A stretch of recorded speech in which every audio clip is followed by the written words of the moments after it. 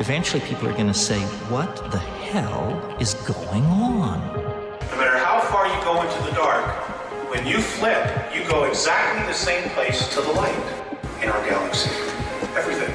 Because everything is in balance. Everything is a polarity. I think it's just going to get weirder and weirder and weirder, and finally it's going to be so weird that people are going to have to talk about how weird it is.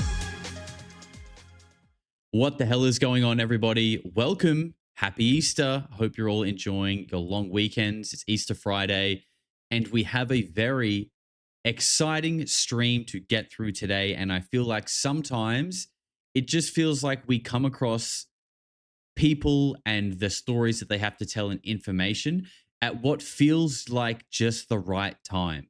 I swear. And I think you guys are going to really like this one. We're going to be looking into the work of Dr. Karla Turner, specifically a speech that she gave called the UFO Masquerade. And she gave this in 1994. I'm pretty sure it was. We'll double check that. I'll get Suki to double check that while we proceed with the show. I'm excited to show you guys this one. I think it's going to be a lot of fun. We've got a speech of hers that goes for about an hour and 20 minutes. Just before we get into that, though, I am going to give you guys just a little bit of an overview of her, who she is, and what she's known for. But of course, first, Christina, thank you very much for the 2 months. She says good morning to all the weirdos out there, and all hail to the boss man, Josh, as well. Much love and respect, weirdos. Stand up. Thank you very much, Christina. And she's renewed her membership on her other account for 10 months and says, good morning, freaks and weirdos. Much love to the family and Josh. Look at that. Members on 2 accounts. Christina, I appreciate you very much. Thank you for all the support over the last 10 months and more. I know you've been around even longer than that. And Brett with 6 months says 6 months of Josh talking trash. Money well spent, I reckon. Thank you very much, sir. I appreciate it. I'm glad you enjoyed the trash. They do say one man's trash is another man's treasure, right? And that's exactly what this is. Is this live? No. No, it's pre-recorded. Okay. Karla Turner. Oh, and sorry, by the way, you guys might have noticed that before we went live, I actually had a poll running for the first time. I had a little poll going for you guys to get in on, to get an idea of what we're going to be talking about today. And the question was, alien abductions are, and the multiple choices were a combination of both, non-human intelligence. Sorry, this isn't the order I had them in. The order I had them was non-human intelligence, human military operations, or they're not real at all, or a combination of the first two. And 69% of you guys believe that they are a combination. 16% think they are purely non-human intelligence. 9% think they are only human military operations, and 6% of you guys think that they are just not real. We got some healthy skepticism in the house. I like it. Let's Fully Read In's gifted 5 memberships as well. Fully Read, thank you very much, my friend. Let's get some love in the chat for Fully Read and the 5 new weirdos. Welcome aboard, guys. Make sure you join Discord, link your YouTube account, and you can come and hang out in the members section, which currently has a 124-hour voice chat marathon going with, it looks like, about 12 to 15 people in there right now. You guys are incredible. I'm not kidding when I say this is the best community on YouTube, and I really mean it. Okay, Dr. Karla Turner, Master of Art and PhD. Oh, God damn it, it's doing it again. It's frozen.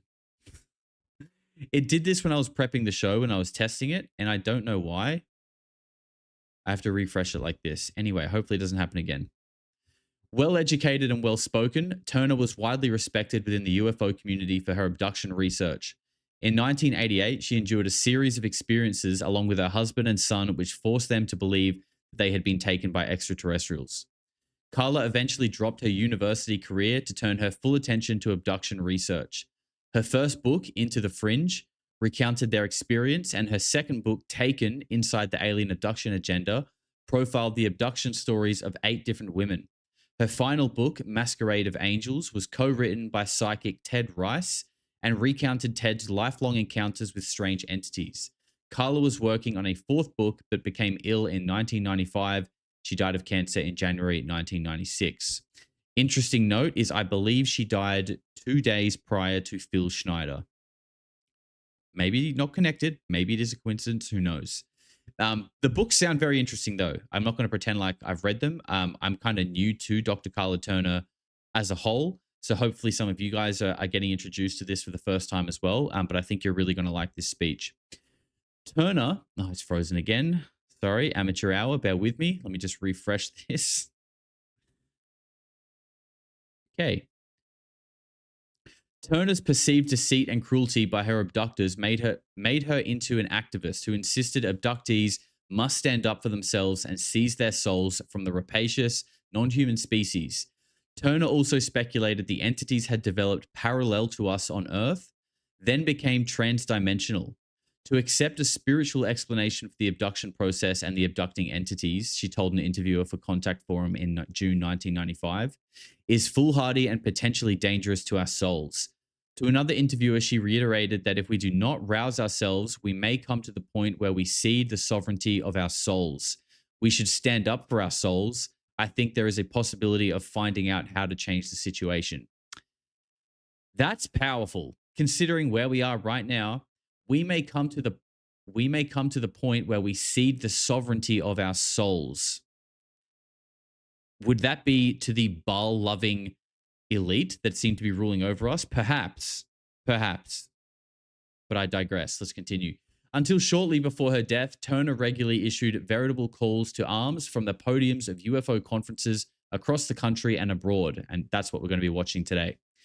The aliens, she said time and time again, use their powers to control our perceptions and practice disinformation in order to break down our resistance and deceive us into believing they were interested in our well-being when they were not. This is really interesting. All the evidence, she said, suggested their purposes were entirely self-serving and without regard for the needs of Homo sapiens. Now was the time, she insisted, to work at getting back control. This is crazy, right? I feel like this is, like I said, sometimes it just feels like we talk about things when at the perfect time, and I feel like this is the case of that. The aliens, she said time and time again, use their powers to control our perception and practice disinformation in order to break down our resistance and deceive us into basically believing that it's all love and light, which is really interesting. That's what Stephen Greer talks about a lot, that it's all just love and light and there's no bad that exists. And while I absolutely believe love and light does exist, I think that doesn't make sense. There must be both. So to be so confident and pushing it in one direction has always seemed a little bit odd to me, but I do have to say that like a lot of the stuff he has said has come true, but we do know disinformation is usually wrapped in, well, the truth is usually wrapped in a bit of disinformation as well. So interesting. Turner contended the best defense against alien intrusions was not abduction therapy, but abduction research itself. She listed what she considered to be the only facts which might be construed about the alien invaders, and that was, we do not know with any certainty what they are. At least some of the aliens lie. During encounters, they control our perceptions. They can implant false memories. What we report about them is what they want us to report. That's interesting. The alien agenda has physical aims and procedures that have nothing to do with reproduction. From childhood, they manipulate us physically, spiritually, and sexually. They create virtual reality scenarios that are absolutely real to the abductees. They show an extraordinary interest in human souls and in our thoughts. There is some element of human involvement in the UFO phenomenon. Very interesting stuff. And again, guys, remember, this is all coming from a researcher from the, mid to late 80s to early 90s. Yes.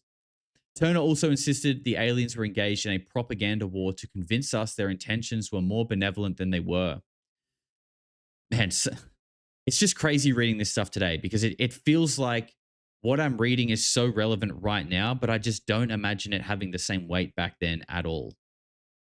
And it just feels like these people were so ahead of the game and so on the ball, but no one listened back then. And a lot of them, fell off balconies, got hit by buses, strangled themselves with their own catheters, right? Crazy. They could be creating virtual reality scenarios of crossbreeding to suggest we share commonalities and that they need us. But she said there are just as many accounts of brain operations as there are of fetal transplants. In a propaganda campaign which included demonstrating their superiority, proprietary relationship to us, and consistently painting a benevolent picture of themselves, they were primarily attempting to debase and lower our self-view to break down our resistance. So basically demoralizing the population. Is that why OnlyFans is championed as a good career path today? Who owns OnlyFans? If the terrors of the abduction experience made us grow stronger, concluded Turner, it was not because the aliens wanted us to have this strength, but because we willed it ourselves. Similarly, she insisted we should take into our own hands this appalling violation of our rights as human beings and fight it with all the resources which we could muster out of the richness of human creativity and experience. So there we go. That is a little outlay on who we're going to be hearing from today, Dr. Karla Turner. And like I said, this is, I can actually find out for you here. Actually, I think it'll come up when we press play here. Okay. 1995. And I'm going to pull that volume down a touch for you guys, but let me know if it's too loud. So this is at the Ozark UFO conference in, is that Arkansas, I guess? Let's have your attention. You didn't mind that longer than normal break, did you? Okay. Does that You sound won't mind okay? a full 2-hour meal break either, will you? Okay. Our next speaker is one whom I'm sure is known to all of you, or should be, from the book she has written, beginning with End of the Fringe, and then with Taken. Thank you. Most recently with Masquerade of Angels. And of course, all those are available out there. Her title today is The UFO Masquerade. She has spoken here before. We're always very, very pleased to have her back since she's now in Arkansas, especially. Let me present to you one more time, Dr. Karla Turner.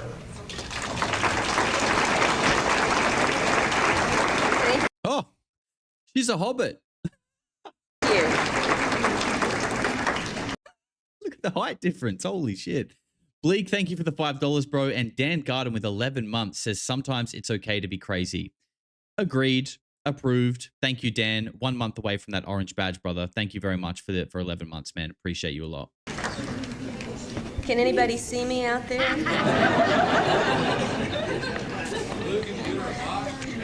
I need a Coke carton. Somebody to stand on here. She knows she's small. All right. How about sound? Are we okay on that? Well, before we get started, and someday my eyes will actually get used to this and I can see who you are out there. I just want to mention something. I haven't been able to sit in on many of the presentations so far because I've been working out front. And I don't know if anybody has made a big to-do yet over the fact that this is the 7th Ozark UFO Conference. Has everybody already celebrated that and I missed it? Well, this is the 6th one that my husband and I have been to, and I really want to thank Lou Farish for one more excellent weekend, if I survive it, that is. And, Lou really makes it feel very natural and effortless and so easy to be here, but I think Lou would agree with me that that's probably an illusion. I think it takes hours and hours and weeks of work on his part for us to come here like we do every year and listen and share and catch up with all our old friends and, for me at least, meet a lot of new ones. And all the while, we're getting, so much of the recent information in this field from some of the most committed researchers and reporters and investigators out here. Although I just want to say her accent, love it. That's got to be my favorite American accent. Well, maybe I shouldn't say committed. Maybe I should say dedicated instead. I don't think any of them have been committed lately, and let's just hope it stays that way. I'll tell you, though, with all the apprehensions, I hate to get serious on Saturday morning, but with all the apprehensions I have heard voiced in the UFO community and other communities over the past year, I like it, Kat. About all the escalating social and political and scientific and religious repression and suspicion and polarization and even fears of some new incarnation of totalitarianism, though, you sort of have to wonder just how long we're all going to be able to continue to do what we're doing this weekend and to research and report and educate ourselves and others about the real nature of this phenomenon. So let's all take advantage of it while we have the opportunity here. We got a poll up there that was put in from Kat. If you had a UFO abduction experience, would you get hypnotic regression? Many of us attend a number of these conferences, and I think we read a lot of the relevant books in the magazines and journals, and we have a great network. of friends and connections all over the country, all over the world, in fact, with whom we share information. And I just want to say, no matter what our differing views may be about the ultimate nature of this phenomenon, I think we all must agree we're living in a very exciting world and a very exciting time. We all feel this. The more involved we are in the field, the more deeply we feel this. But the truth is that the rest of the world isn't watching what we're doing. I would remind us all that the UFO community is very small. It's very isolated from mainstream society in a certain way, although we're all out there right in the middle of things individually. And the things that we take for granted, most of society takes for science fiction, or fantasy, or hoax. And they pay very little conscious attention to us. Now, the reality of this phenomenon is not part of their perceptions for the most part, and until it is, I feel that we have a strong obligation to try to do something about that. As an abductee in a family of abductees, I know that it's real, what we're dealing with. As a researcher and a reporter about other people's experiences, I know that it is widespread, and that more and more people every day are becoming aware of just how real and pervasive and globally important this agenda of improbable contact and intrusion must surely be. I think the nature of this phenomenon admonishes all of us to become researchers and reporters, and most of all, educators. The whole world should be watching and listening, don't you think? And we need to do it. That's Yes. our job. But instead, right now, as we're meeting here and delving into so many different aspects of this field, most of our friends, our families, our co-workers remain in that blissful state of unawareness. So, Just wrapping up this poll quickly, an overwhelming amount, 67% of you guys would have regression therapy, 33 say no. I think I would be putting myself in the no camp. I think I would, just because you never really hear of them coming out. Most of the time, they seem to end up with like a net negative. I think so. It's hard to say, though. Such a crazy situation to be in, right? we all have a job to do. But that's not to say that no one out there is listening and watching, however. And one of the things I want to discuss here is the information about those folks who are paying attention to us, our own government, which we will get to a little bit later. I'm going to be very limiting on the topics I discuss here because I could talk the rest of the day on the 2 books and the information that I've been fortunate enough to learn from the people with whom I've been doing this research. And I'm not going to do that to you. It's Saturday. If you were partying last night like I am, the sooner we get to the cartoon and get out of here, I think the more rested we'll be for the things coming up the rest of the day. And there's some extremely important talks going to be going on later. But I'm going to limit my talks today to just a few topics that I feel are crucial. And these include the use of illusion and deception in the UFO and abduction scenarios, and also the nature of some of the physical procedures which abductees report experiencing during these encounters.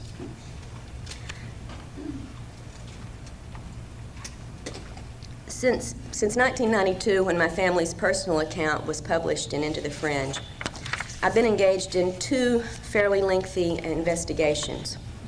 And the results of this work we recently published in the books Taken, Inside the Alien Human Abduction Agenda, and Masquerade of Angels.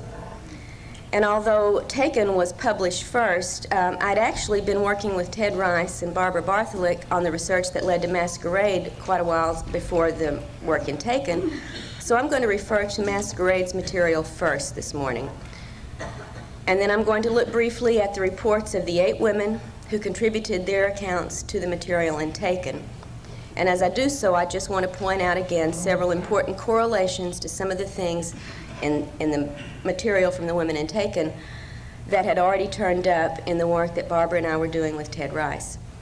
So both of these discussions will be brief, and I will take the final half hour or so of my allotted time for a video presentation of some of the many drawings and photos and a video excerpt that from women involved in the Taken project that I was unable to include in the book. That's one of the things I really wish we could have done, was to include a number of these illustrations. So I'm going to do that today to try to make up for what we were not able to do in the book. In 1991, when I first met Ted Rice, I was naturally intrigued by his memory of a mass abduction experience in Shreveport, Louisiana. But I had no idea that looking into his report would lead me into areas that I'd never had to deal with before in this field. Accounts of angels and apparitions, of bargains made with ghostly guardians, of spiritualist philosophy and psychic work assisted by spirit guides. I mean, all of this was part of Ted's extraordinary experiences, but it was not anything in my field of expertise, believe me. But in listening to Ted's accounts, I began to see evidence that was more familiar to me, thank God, evidence that was very consistent with UFO sightings and abduction reports that I'd already come to know about. And since Ted had recalled an abduction involving a number of people, I wanted to see, first off, if there were any confirming evidence that we could locate. And as we proceeded, Barbara and I, with interviews of many of the people from Ted's past, as well as his more recent experiences in the present, we did find that such evidence actually was available and surfacing in consciously recalled events, attested to by a number of witnesses. Few people asking in the chat. Yes, she's no longer with us, and yes, died from a fast-acting cancer. That is correct. Naturally, given the topic, given what we've heard from other whistleblowers about weapons that can give people fast-acting cancers, naturally, her death is. I would say her death is suspicious for sure. In fact, 4 of Ted's neighbors described unusual events, also consciously remembered, from the night of the mass abduction that Ted had remembered in 1989. Now, 2 of these witnesses were so disturbed by their memories of these events that the fear level was so high they wouldn't even let us include their accounts in the book. They shared them with us privately. So I would point out one thing for those of you who are not involved in direct investigation and working with abductees, that contrary to all the debunkers' claims that abductees and UFO witnesses tell their story for some personal gain, it's actually very difficult for those involved to risk coming forward with their accounts. And I would say for 99% of those who do make their experiences public, the resulting liabilities often outweigh the assets that they may gain from doing so. After thoroughly interviewing Ted about his conscious memories, we both felt that there were important gaps in several of these events that were worth investigating with hypnotic regression. And I'm not going to take time here today to argue the merits and the problems of regression work, but I will say that in my experience, it's proven to be a very useful and manageable tool of research, and that without it, I think we would be left to deal only with alien-controlled information, which abductees are sent home with after their experiences. Now, it's important to note that at the time Ted began his work with Barbara and with me, he had been involved for most of his adult life in spiritualist work. An extraordinary series of encounters that he had in Sun Valley, Idaho, with a mysterious woman, beautiful and young, who called herself Maya, first introduced Ted to metaphysical matters and also made him aware of his own psychic abilities. I would remind you that Maya is the Hindu term for illusion, by the way, and that Maya also turns up in a number of other people's experiences, often in the guise of some Pleiadian star being. Ted, at the time of meeting his Maya, had no thoughts on these lines, no information about such things, and certainly took her simply to be the very mysterious, beautiful woman that he experienced. In the account in Masquerade of Angels, however, you will find that there was more mystery to Maya's presence there in Sun Valley than Ted had any idea of at the time he was engaged with her. Still, coming face to face with his own abilities through some of these encounters and time spent with Maya, Ted was very reluctant to pursue these ideas or this ability he apparently had. And it was several years later before circumstances propelled him into psychic training and his involvement with the Spiritualist Church. And when he did make the commitment to go forward with this work, Ted went forward full tilt. In fact, he was a co-founder of the church's first congregation in Georgia. And he began doing psychic readings, which he is still doing today. Ted was convinced that the metaphysical understanding he had found was of God, and that his work served God's higher purposes, as revealed to Ted by his spirit guides from the other side. But intermittent Was that someone laughing or coughing in the audience? with Ted's paranormal events and psychic work were some startling encounters with apparently non-human entities, She even threw like a little sus dog eye at the guy when he made that noise. including in 1989, of course, the abduction along with some of his neighbors. And at that point, Ted discovered that perhaps a different force had been intruding into his life for a number of years. And this was a force that his spirit guides had never bothered to mention, explain, and that his spiritualist training did not delve into either. So Ted needed some new information, and this led to our contact and investigation. And as it progressed, it became clear that the research into all of these extraordinary experiences could take several years. But after the first 2 years, we felt that the information we had gathered was important enough to communicate it as soon as possible, albeit going on with the research, and we're continuing to do that to this point right now. We stopped and did the material organization that resulted in Masquerade, which was published in 1994. And we have full intentions of following up this report with everything else that Barbara and Ted and I have continued to uncover and are continuing to pursue at this point, as soon as it's feasible to get this material back out to you as a sequel, a follow-up, an ongoing investigation. Someone get this guy a glass of water or get him out. A full account of our first 2 years of work is found in Masquerade of Angels, but for brevity's sake today, I'm going to focus on only 3 aspects of the alien agenda as it relates to the material that Ted and Barbara and I have had to deal with. The first matter is the intrinsic deception at the heart of this agenda, and that's something that's become clearer with every new report that surfaces. Whether we choose to call it screen memory, telepathic mind control, technological mind control, or virtual reality scenarios, the entities involved in the abduction phenomenon employ masterful illusory capabilities. And I don't think the importance of this fact can be stressed strongly enough. It must affect all of our thinking and our research when it comes to these alien human contacts. Doesn't it make so much sense, though, that if these things can manipulate our perception, which we're told many, many times, that when we do get these experiences coming forward saying, it felt so loving, it felt peaceful, it felt blah, blah, blah, blah, blah, it does make sense that that would be induced. Like that's an artificial feeling that you're being given if they can manipulate your perception, because they're obviously using you for something. Who knows what it could be, but we seem to be like some kind of resource or like an asset or something that can be like, I don't know, farmed. That's kind of like it's a pretty dark word, but kind of seems like that. And it's like, if we were going to grab a wild animal, especially one that we know isn't going to want to be held down, brought into a vet clinic and jabbed and poked and whatever. I mean, we put it to sleep, but we also make it kind of like docile and, you relax it, you chill it out. So you can just do what you want with it, and then you can get them out of there.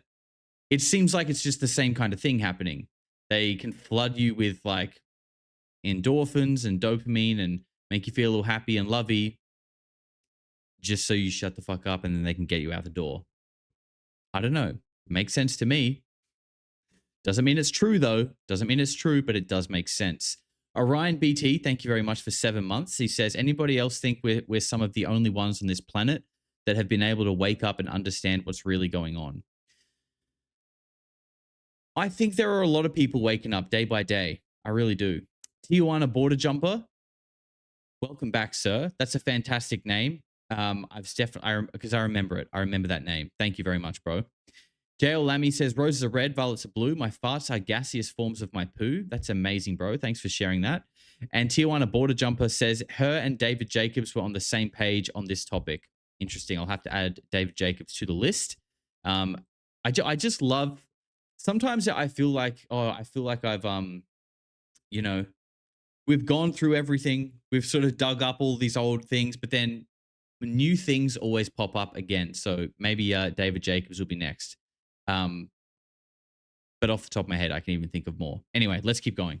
In Ted's experiences, for example, there were several occasions where such masquerading techniques were employed, and I could spend, as I said, the rest of the morning just dealing with these, and I'm going to be making very brief references, and hope you'll maybe want to read about the rest of it in the book. One instance involved the appearance of Ted's deceased grandfather on board a craft into which he and his grandmother had been taken when Ted was a young boy. I think I spoke about this a couple of years ago when I was first working on Ted's material, and I didn't identify that this was Ted's story I was referring to. The scenario involved persuading his grandmother to engage in a sexual activity with a non-human entity, and when she refused to do so, saying she had only ever made love with her husband and he was dead, the aliens produced the dead husband. Whoa. That's crazy. That's crazy. I mean, Dana Kippel told us a similar story the other day. Nathaniel Gillis has told similar things as well. Examples of the phenomenon basically appearing as a reflection of what is in your subconscious already, or what you already hold in your belief about them, or even just something that might make you comfortable or might make you act a certain way. The phenomenon seems to act like a boggart from Harry Potter, kind of, in a way, how it can just appear. And by the way, like, Harry Potter does have a lot of like esoteric, like some subtle esoteric references throughout the whole show. And it does feel like the boggart in a way. I mean, it doesn't represent the phenomenon in the show, but it does, the way that it reacts on an individual basis based on that person's subconscious, their biggest fears. There are some parallels there. In another instance, Ted watched a scenario that surely was not occurring in normal reality terms. I call it a virtual reality scenario. And this began shortly after he had heard a very quiet sound like helicopter blades. And in this ongoing event, Brian, after the helicopter blade noise, Ted watched as a human-looking entity dressed in military clothes popped through the ceiling into the room, holding a young child that was very, very similar to Ted's appearance at the same age. And Ted was told that they were going to return that which had been taken from him. And an account of what followed from that, again, is in the book, and I won't take time to recite everything there to you, but the virtual reality event, there was certainly no human paratrooper popping through the ceiling carrying a young child in reality terms. But the illusion was quite as real as you and I here today. But perhaps the most illuminating of such events that we were able to investigate involved Ted and another woman, a woman who witnessed a third person, another woman, undergoing her own virtual reality episode, again marked at the onset by the sound of a helicopter. Now, some of you may be quick, as they say in the O.J. trial, to rush to get judgment on this and conclude that these events were generated by some terrestrial, governmental, or military covert mind control operation. After all, we've got helicopter blades out there. But it should be noted that only the targeted person in these events heard the helicopters, while others in the same house or same room did not. I don't think our terrestrial helicopters are that selective in the noise they generate. Voice to skull technology, though, right? Voice to skull technology. I talked about this with Eric Hecker. We both spoke about the fact that this is not new. It's been around for a long time.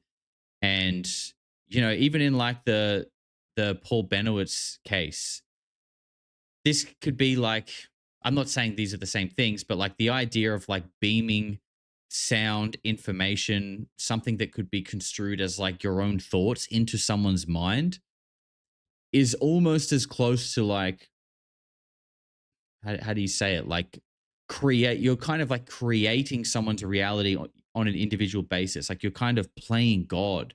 You're pulling strings on all of their senses that they think they're hearing, they're seeing, they're thinking, they think that they're perceiving reality, but all of those inputs are actually being carefully managed on an individual basis by someone who has the technology to basically play God on you. Yes, Dan, and basically induce them into a psychosis, which is crazy because, you know, then it's like people go, oh, this person went psycho. And it's like, no, this person actually just had a completely normal reaction to the stimulus that he was being exposed to. But now he's a psychopath and you just lock him up and put him on drugs and that's them done and out of the way, you know? Crazy. I believe now that the reported and confirmed details in all of these reports are strong evidence against accepting consciously recalled alien encounter reports at face value because of the illusion capabilities, because of the screens, and because of the virtual reality technology that we have witnessed being manifest by these entities. I believe that if we build our theories on such information, the consciously reported information only, we're building on sand, on illusions that the aliens create for us, and I think to confuse and mislead us. Now, this is not to say, however, that all alien encounters are virtual reality events, because there is also plenty of very strong evidence for the physical nature of many of these encounters. So to be perfectly objective, the definition of abduction would have to include any event or scenario that is generated externally for the targeted person, whether it be a physical encounter, This guy's still coughing. a virtual reality scenario, or a telepathic contact. Now, a second important discovery from Ted's investigation, and this was important at least for me, was the possibility of cloned human bodies produced by these abductors. And that's the second thing I'd like to talk about briefly today. In the mid-1970s, a memory of a childhood event surfaced in Ted's mind during the night while he was sleeping. And in an altered state of consciousness, he got out of bed and went to his typewriter in the middle of the night and wrote out this memory as a story. In 1991 and 92, when Ted and Barbara began a series of regressions, it popped up in these events, this scenario that Ted had recalled as a story, but a very different version of that basic story emerged. A version in which he went through what can only be called a horrific experience, in which his original body he perceived as being killed and taken away, and his essence, for lack of a better word, we could call it soul, energy, or whatever term one would like to use, was contained temporarily in a black box. Get this man a packet of soothers. Where is Bill Tompkins when you need him? Spare this poor soul a Werther's or something. My God. Tijuana Border Jumper says Kelly Cahill from Australia had a horrific UFO encounter abduction. Have you featured that? Worth looking at. Yes, she did. No, I haven't featured it. Yes, I should. It's something that has kind of come up periodically, and I've, like many things, said we'll look at it, and I just haven't gotten around to it. But thank you for the reminder. It is absolutely something that we should check out, and we definitely will. Thank you for the super chat, bro. Placed on a counter and transferred shortly thereafter into a cloned copy of young Ted's body. This was his perception of what occurred with him, and this is the first time I had ever heard of such things really in any detail. Now, when we made our external investigation, interviewing people who were part of Ted's family and friends at the times many of these things occurred, several pieces of corroborating items did come out, all of which I tried to present fully in the book, but just briefly, one of the most telling, for me at least, was interviewing Ted's mother. And at the time that Ted recalled being transferred into a different body, his mother recalled the suffering he went through for weeks afterwards, feeling that his body was on fire, having to soak him repeatedly in ice water, trying to bring him some comfort, and noting that the childhood diseases that Ted had had before the cloning recurred afterwards. Excuse me. Spreading around the room now. Interesting that they're talking about cloning, though. This is what I want to hear. The third point that I want to correlate with information from subsequent investigations in the accounts taken concerns the possible involvement of human, apparently military, personnel with certain abductees. Now, if nothing else, this involvement of some authoritative agency within our government should tell us that our decision-making powers that be, the structure that pretty much controls how we deal with this phenomenon as well as with everything else going on in our society, takes this phenomenon very seriously. Dude, what is going on in this room? Seriously, what is going on in this room? Is everyone on death's door? It was maybe way more people were just smoking back then. I don't know, but this is a room full of unhealthy people. I would guess that most of you here have already learned about the many hard pieces of evidence that do reveal the government's knowledge of and involvement with the UFO question. Such classic presentations as those in Clear Intent and Above Top Secret can point you in the direction of getting your hands on the paperwork generated by the government that makes it very clear they have involvement they have never been willing to discuss with the public. Now, the evidence for military involvement with abductees, I will admit, is much less well documented, certainly, but for the individuals who are on the receiving end of this activity, it is very compelling and very traumatic. There are two basically different bodies of data relating to the possibility of human involvement.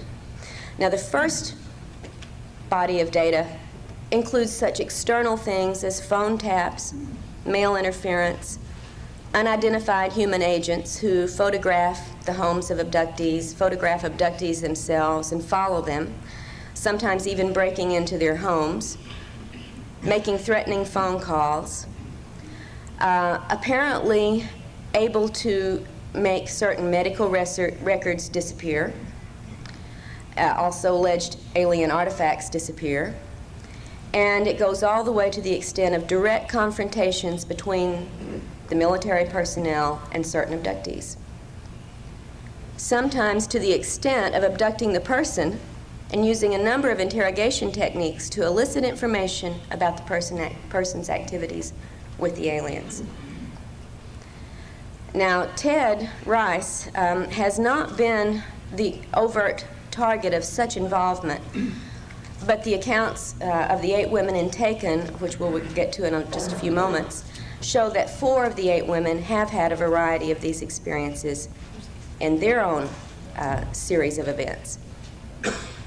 But the second body of data concerning human involvement deals with facilities, typically underground, in which aliens are often seen to be working with human, military, and scientific personnel. For me, and I think for all of us, probably the big question is whether these facilities and this level of cooperation actually exist, or if abductees report these events because they've been presented with some type of unreal scenario, much as we're presented with the showing of a movie when we go to a theater. Until we have located such a facility, externally verified its existence, and exposed the activities going on there that abductees report, this question's got to remain open. All we can say for sure is this: a number of unrelated accounts include descriptions of such facilities, usually with reference to either scientific or military activity, although there is a third set of reports that describes something much more disturbing, and this is one of the things that turned up in the case with Ted and with certain others who are part of a great deal of investigative activity on Barbara's part and my part, that are, well, I'll just try to give you a little brief scenario of what Ted consciously recalled about this third type of human underground facility. In the Here we go. mid-1980s, Ted awoke one morning with conscious memories of an altered state event that occurred during the night. He was living in Albuquerque, New Mexico at the time, and part of the journey that he recalled from the night before included flying over a fairly desert area to a remote compound where many people were herded together. S4, anyone? Rain says Matt Skate's testimony that high-ranking military told him about breeding programs making hybrid human ET people, warzone abductees, crazy stuff.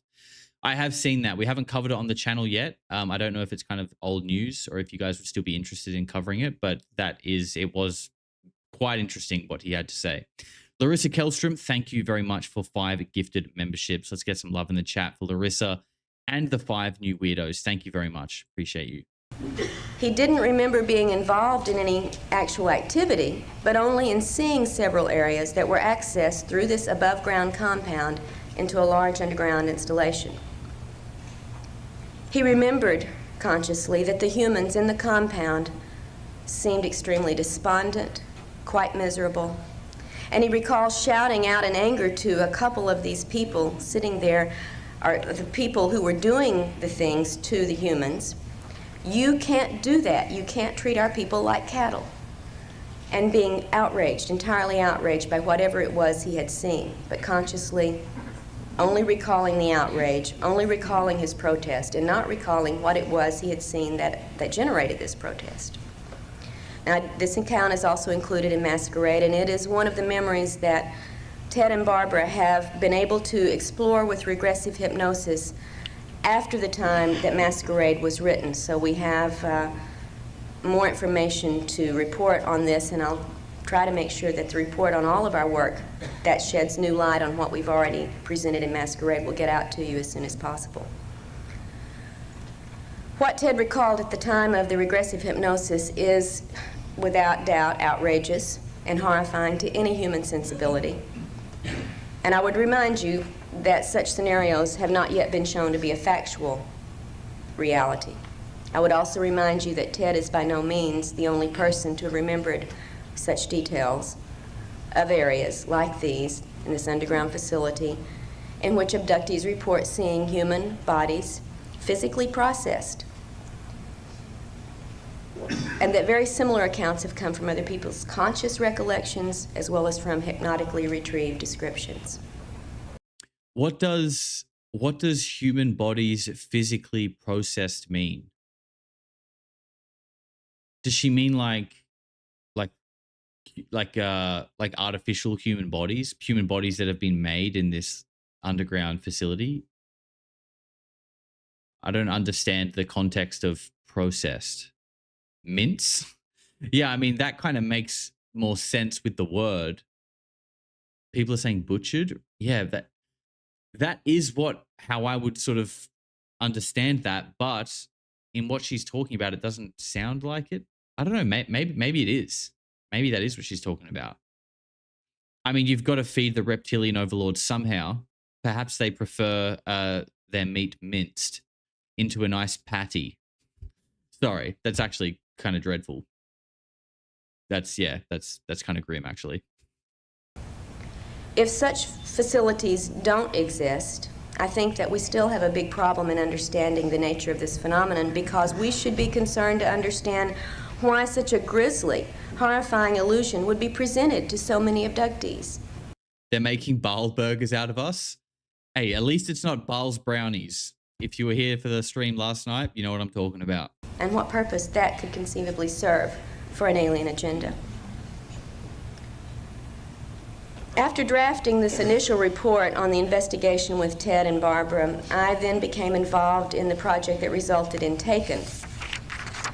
And this was a special study for me. I wanted to do a specific set of reports that had homogeneous backgrounds so we could make some comparisons and correlations with the material. So in order to have a more homogeneous group for the study, I chose 8 women from various parts of the country who had contacted me after reading Into the Fringe and with whom I had begun initial sharing of information. I let the women relate many of their experiences in their own words rather than trying to take over and give you a secondhand account of of something that in firsthand would be much more meaningful to you. And I hope, as the subtitle inside the Alien Human Abduction Agenda implies, that the reader would be able to immerse into these intimate experiences, which are so very difficult to relate without the words of the people who have gone through them. After working through the 8 different case reports and doing as much investigating as we could manage, considering the widespread geography of the women's locations, I then correlated the reports and the accounts and referenced over 100 different details about the entities, the procedures, the communications, and all the secondary events that make this abduction phenomena so complex and confusing. And I've included several pages of this correlation as part of Taken. There's also a lengthy comparison chart and an explanation or an analysis of the corroborated details. For quick reference, you can look through the small chart and then there's a larger discussion afterwards. But the correlations that we focused on covered 10 categories: types of contacts, types of entities, types of physical exams and procedures, types of other activities, types of communications, settings for these encounters, reports on the bodily effects from the encounters, reports on external effects in the environment of the abductees, and after effects on the abductee, as well as correlating certain items of personal history, such as ethnic background, etc. Chat's going off the rails again.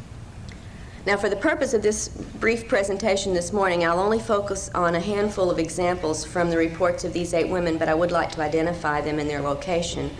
Pat in Florida, Polly in New York, Lisa in Alabama, Beth in Puerto Rico, Angie in Tennessee, and Jane, Anita, and Amy from 3 different areas of Texas. Now, to begin with the evidence of human involvement, 4 of the 8 women, namely Pat, Lisa, Beth, and Angie, have reported face-to-face contact with military personnel in a variety of situations. I think you will find the most surprising to be that of Pat's family's experience. And it is confirmed by all of her living relatives, and there are only a couple left after the length of time between the event happening and us beginning this investigation.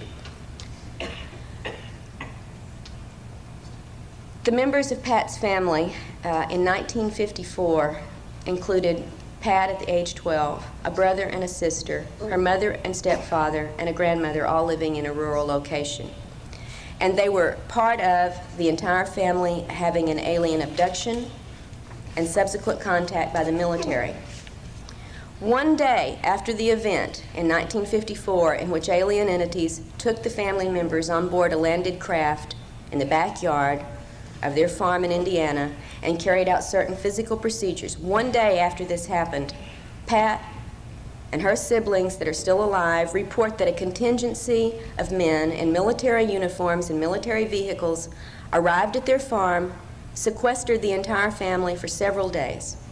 One day after this occurred. How did they know it happened? Pat remembers being drugged and being interrogated about the alien encounters. She remembers being told repeatedly that it did not happen and that what she remembered was not real. But this was not Pat's only encounter with the military. These are the exact things I believe that the people who saw the Westall flying saucer in '66 in Melbourne, they were told like those exact kind of things, like basically trying to warp their perception and saying like this didn't happen, like you didn't see this. I always wonder though, like when people are told that, is it more like a threat, like you're kind of telling someone like you didn't see this, like, which means like if you act like you did, you'll be in trouble? Or is it actually kind of like an attempt at gaslighting them into actually thinking like they're crazy for thinking they saw what they saw? Or maybe both?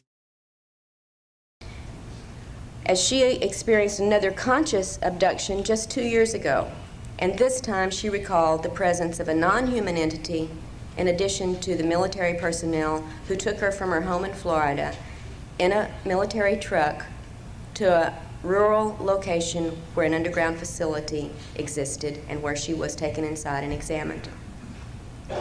Both Lisa and Angie also reported interrogations by human agents. I just can't believe how many people are coughing. And there's got to be some kind of joke in there. The fact that she's a PhD, like she's a doctor, like have these people, they thought they were coming to see a doctor or something. There's got to be a joke in there somewhere, but I just can't believe this. And abductions by human personnel in which they were questioned and physically examined or underwent certain other physical procedures, which I recounted it, or let them recount in their own words in the book. Beth, who's in Puerto Rico, also recalled an abduction by human agents. And a fifth woman, Amy, remembered an altered state scenario in which there were both alien and human-looking people present in an underground installation. Is it true that people in Australia call electricians sparkies? Very random question, but yes, it is. And we call carpenters chippies, and we call bricklayers brickies. People probably think I'm joking, but I am being serious. That is what we call them. Although, as she says in Taken, there were reasons to doubt the strictly human nature of some of the men she did encounter there. They looked perfectly human, she said, except for their eyes, which had the vertical slits. And we call plumbers pipe layers. Most of the That was a joke. We don't call them that. women in Taken also report the typical type of human interference signals, such as phone disruption, helicopter overflights, and other aviation activities over their homes that would indicate a terrestrial source. And I've even witnessed on one such occasion, while talking on the phone with Angie, an interruption and a comment by the human who was monitoring our phone conversation. As Angie and I were discussing on the phone a statement made by one of the humanoid-looking aliens in one of her recent experiences. She asked me if I thought the alien statement that their origin was somewhere in the area of Cassiopeia was a possibility. What did I think about that? And as we discussed this, a completely human male voice intruded into our phone conversation after a little electronic zipping noise and said, quote, "There's a lot of them out there and we know where they come from." And then he zipped off the line, and that was, So, These guys can't even laugh without coughing. it's not all secondhand information that I'm reporting. We do have occasions to witness this ourselves. There's also a number of reports from the women that indicate a variety of illusory scenarios, one of the points I wanted to stress today, sometimes involving sexual situations, sometimes involving prophetic dreams or visions, and sometimes clearly screened memories of real encounters that left them with false recollections rather than with the real details of these events. I'd like to use my remaining time to discuss the nature of the physical procedures, however, reported by many of these women, and these women are very typical and representative cases for so much of the material reported that never gets to you or to me because it's kept very private and very confidential. Because I think we need to be aware of just how physically oriented so much of the abduction agenda really is. In addition to the bodily effects you're already probably familiar with, including rashes, hair loss, eye problems, nausea, and for women especially gynecological problems and irregularities, the greatest area of concern, in my thinking, is that of the implants, the devices that several of the women, like so many other abductees around the planet, describe as being inserted into their bodies. I think the most intriguing information that I report in Taken, and that in fact I've come across in all of this work, has come from Amy's account of this altered state scenario I referred to briefly, where she was taken to an underground installation. She felt this was what she perceived. And I would remind you as I go through this brief presentation that in every encounter, the human's state of consciousness is externally altered and controlled in every encounter. And knowing the virtual reality capabilities and the screen abilities, we need to remember not to take everything as being the gospel truth that people come away remembering. Now this has, however, been explored with some very thorough regression work, And so I do feel a little more confident in what I'm going to tell you about Amy's memory of this event today than I would if it were strictly her conscious recollection. In part of this scenario, Amy recalled going into the underground room, full of equipment, typically described from other alien encounters and other underground facilities, by the way, and seeing quite a large number of alien entities working here in this environment. But as I said earlier, there were also several human-looking men present, at least human-looking except for their eyes. I'd be terrified too, bro. One particular alien in the group that Amy perceived to be a female interacted with her directly. And this female alien began, basically, with an apology to Amy for the intrusions that some of her race were making into human lives. This entity proceeded to explain that she and her group were working with some humans to try to counteract what the rest of her group was doing to us. All right, so we got to get the setup here on what Amy is being told. As the entity explained the negative nature of these intrusions for which she was apologizing, she then told Amy she wanted to remove 2 implants. This is one of the things they were doing to help counteract this negative intrusion activity, was to remove implants that the other group was putting into humans. And Amy recalled having an implant removed from one of her ears and another smaller metallic implant removed from the base of her neck, or skull. Amy was told by the aliens several things about how these implants functioned, and she reports that she was not happy to hear that they could be used to control the implanted abductees in any number of ways. Now, the area into which the newer implants are inserted, Amy was told, corresponds to the part of the brain known as the reticular formation, and it doesn't have anything to do with zetas, by the way. Thanks to Marianne Friedman, who's here this weekend from Arizona, and who was wonderful enough to share a lot of her research into the medical aspects of this brainstem activity, I want to just briefly refer to this, and then on Sunday morning, Marianne is going to go into a little more detail at one of the mini sessions, so I encourage you to listen to this material.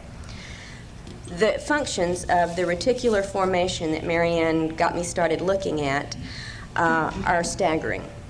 And I'm sure some of you have been through this already. For me, it was just information I had to recorrelate with the accounts of the implant reports, especially those that Amy had relayed to me from her friendly implant-removing alien.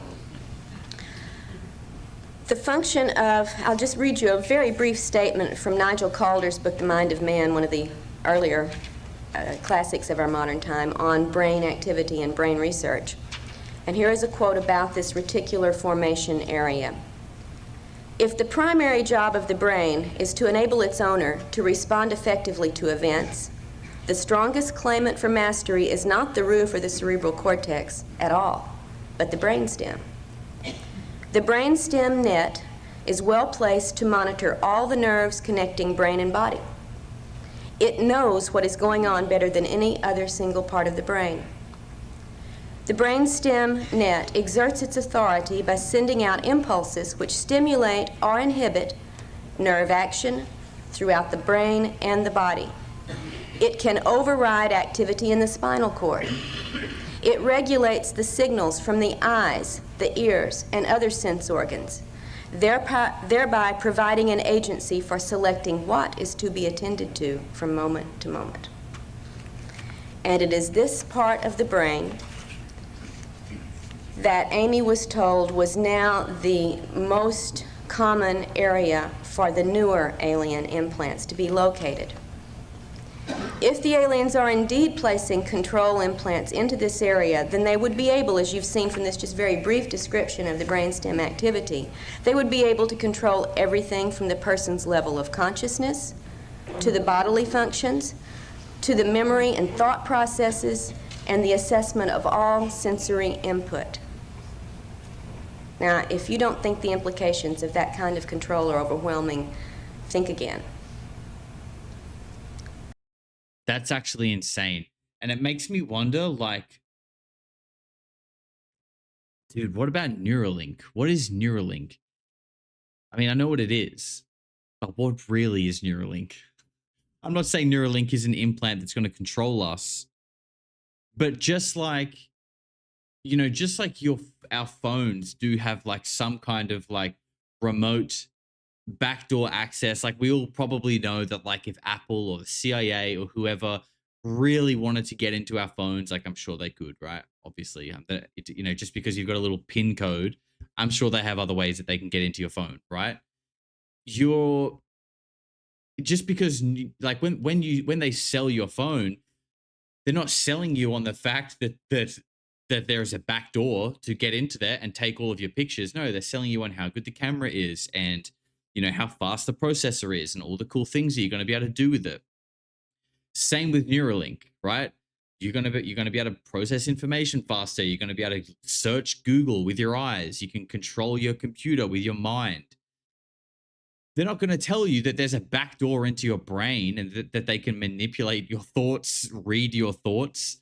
Like, surely that would just be part of it by design, or some level of it would be part of it just by its design. Not even in like a nefarious sense, but like that would just have to be the way that it works given what the product does. Do you guys feel me on that? Or do I need to go to a mental hospital? And I hope Marianne will stimulate some exciting conversations with you tomorrow morning about the possibilities of this area of the brain being the point of alien control through which abductees can be kept awake, put to sleep, put in an altered state, made to get up and do things that they would not choose to do, made to say things they would not say, made to forget things that they have said and done, etc. All sensory input being controlled by this area. Through the implant, any number of realities can be presented to the abductee that are not really there. A few people saying mental hospital. That's okay. Luckily, I have a discount, and so can you if you like the live stream. Once the stream is finished, you can show your ticket and you will get 10% off at your local hospital. And yes, Larissa, I'll meet you there. Looking forward to it. And what one remembers is controlled through this area, so the repression of memory of these events is very easily controlled as well. I think the implications are staggering. So also, however, are the implications of the final point I want to make this morning, and that is the reports on the cloning of human bodies that I previously encountered with Ted's investigation. Oh, God. In the women of Taken, two of them women, Pat and Lisa, both remember being shown cloned copies of their bodies, just as Ted reported having a cloned copy of his body. But the explanations that Pat and Lisa received from the aliens about these clone bodies are highly contradictory. 10%, it used to be 20. What gives? Bro, we're all feeling the belt tighten with what's going on in the Middle East, okay? Everyone. There is a knock-on effect. We're all feeling the pressure of inflation right now. As I talk about in the book, Pat, whose alien experiences, now this is the woman who had the 1954 family abduction in Indiana, followed by the military's arrival and sequestering and drugging and so on. Pat had throughout her alien encounters a very religious atmosphere or overtone to these events, instrumented by the aliens. For instance, the first time there on the farm that the family was abducted, when Pat's grandmother began to, what we would say now, freak out and start praying to Jesus for help as these little grays came into the room, a blue beam of light came through the ceiling, just like in Star Trek, and Jesus popped out of it and said, in effect, they're with me, it's okay. And as I'm very fond of saying, and I don't know why I like this so much, except it always gets me, I asked Pat what Jesus looked like, and she said, oh, he was beautiful. He was so awe-inspiring. He was blonde-haired and blue-eyed, and just beautiful. And I said, hey, Pat, look back at the New Testament. I don't think that's what Jesus probably looked like, historically speaking. And it went right over Pat's head, and she said, with tears of joy in her eyes, well, this one did. They knew how to push Pat's buttons. She was a very religious person. She was also told essentially that the aliens there with her were angels, and that their job was to prepare new bodies, as mentioned in the Bible, for the coming return of Jesus and the resurrection. When Jesus comes down with the Legion of spacecraft to carry out this changeover, it was the aliens who are in charge of providing those new bodies. You want to see yours, Pat, they said? So this was wonderful. Pat is now assured that when the resurrection comes, she's got the vehicle for it. Lisa, on the other hand, down in Alabama, was told that the cloned copy of her body could be used in a very threatening manner. In effect, that it could be used to replace her if she didn't cooperate with the alien program, and that no one would know the difference. Dude, is that what happened to Epstein? Is that what happened to Epstein? And this is what Palm Beach Pete is. Epstein didn't play the game, so they replaced him. Look, I don't know, man. I don't know what's going on with that Palm Beach Pete stuff, but all I know is it's fucking weird and it's artificial and it bothers me. Something about it bothers me because it just seems so obvious and it's just being accepted and everyone's just like, nah, this is totally normal. The guy's going viral because he looks like a child trafficker. Buy his merch. He's got a Shopify. So everything's fine. Everything's fine. You know the meme, the whole place is burning down. This is fine. This is fine. We're just buying the merch of a guy who looks like a child trafficker. This is completely normal, everyone. Not quite the same story as the resurrection. I would point out that such an implication of threat and replacement was also made to Ted Rice during an abduction when he was a young teenager, and there were several other teenagers abducted with him at that time, and cloned replacement threats were made also at that point. So these are the 3 points that I really wanted to make briefly this morning before I do the presentation of the video with illustrations from the women in Taken. And like a good English teacher, I'm supposed to summarize what I've said, and I'm going to do that right now. For you to consider 3 points, hopefully. First, our own human authorities are seriously concerned about and involved with some aspects of the alien abduction agenda. If they take it seriously, it would behoove us to do likewise. And also, when human agencies are involved, there has to be some sort of trail of events.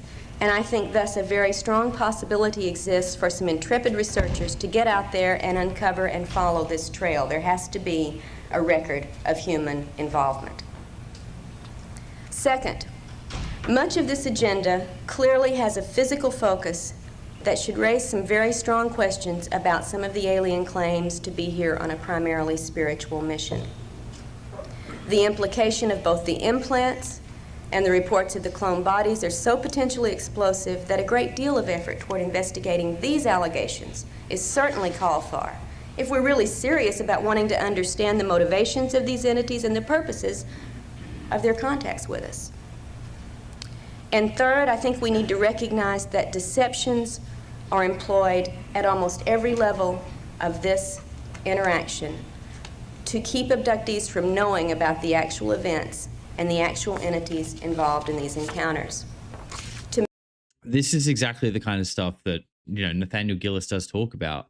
And we spoke about this recently in his interview with me, where it's like, if the phenomenon can wear these masks and can appear how it wants to appear and basically make sure you're perceiving it in whatever way that it wants you to, how on earth could we ever even begin to, not even just how do we even begin to study the actual phenomenon itself rather than the mask that it wears, but how would we ever know when it's not the mask?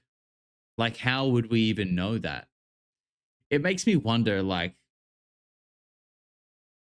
is this just going to be like an infinite rat race, not a rat race, goose chase, different animal, similar event? Is this just going to be like an infinite goose chase that is just like unwinnable because we're limited by our, like, the level of perception that we have? Or maybe it requires like an elevation of consciousness to be able to perceive. I don't know. I don't know. Big questions. Me, maybe I'm just a suspicious sort, this implies that there's something they don't want us to know about. And often what seems implied from the reports is that there is something within us, the humans, something of which we could be capable, something of resistance or altering of this scenario that the abductors absolutely do not want us to be aware of. They go to great lengths to program our thinking about our encounters with them, that we are subordinate, that we are helpless, or that we are dependent, or that we belong to them. The list goes on. And they go to a great deal of trouble to convince us in every way that they can that we can do nothing about controlling these situations.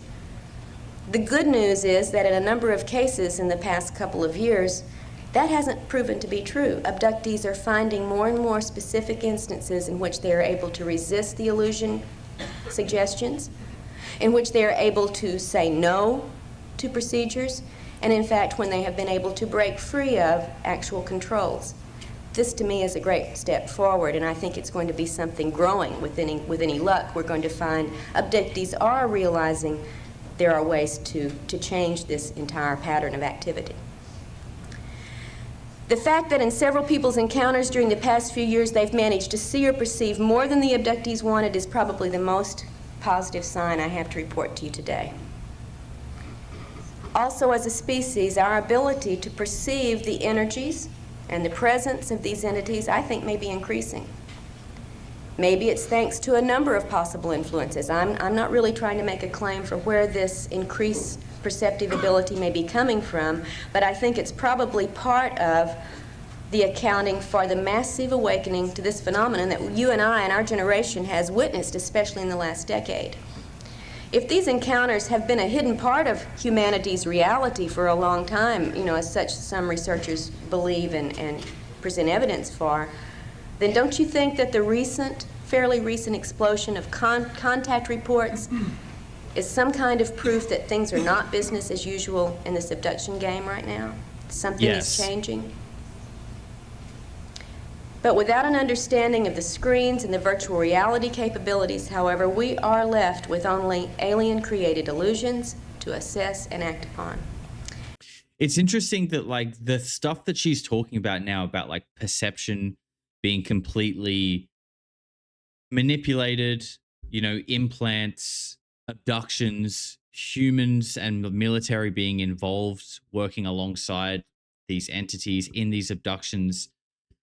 These are conversations that I feel like are becoming a little bit more accepted now, but even are still today, that's on the more kind of fringier side of the alien topic. You know what I mean? There are still people who think that's little green men and stuff like that.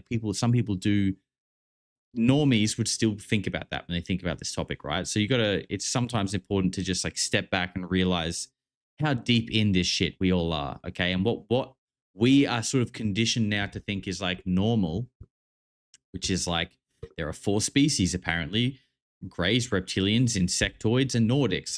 This to us that's there's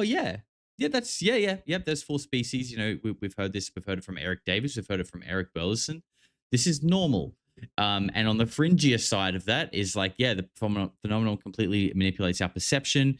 It abducts us. The military might be involved in it in some kind of a deal or alliance.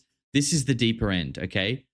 That is so schizophrenic to people who are not involved in this topic at all.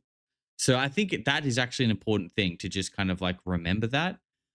And it's interesting to see that obviously Karla Turner got a fast-acting cancer within, a year of this speech being made.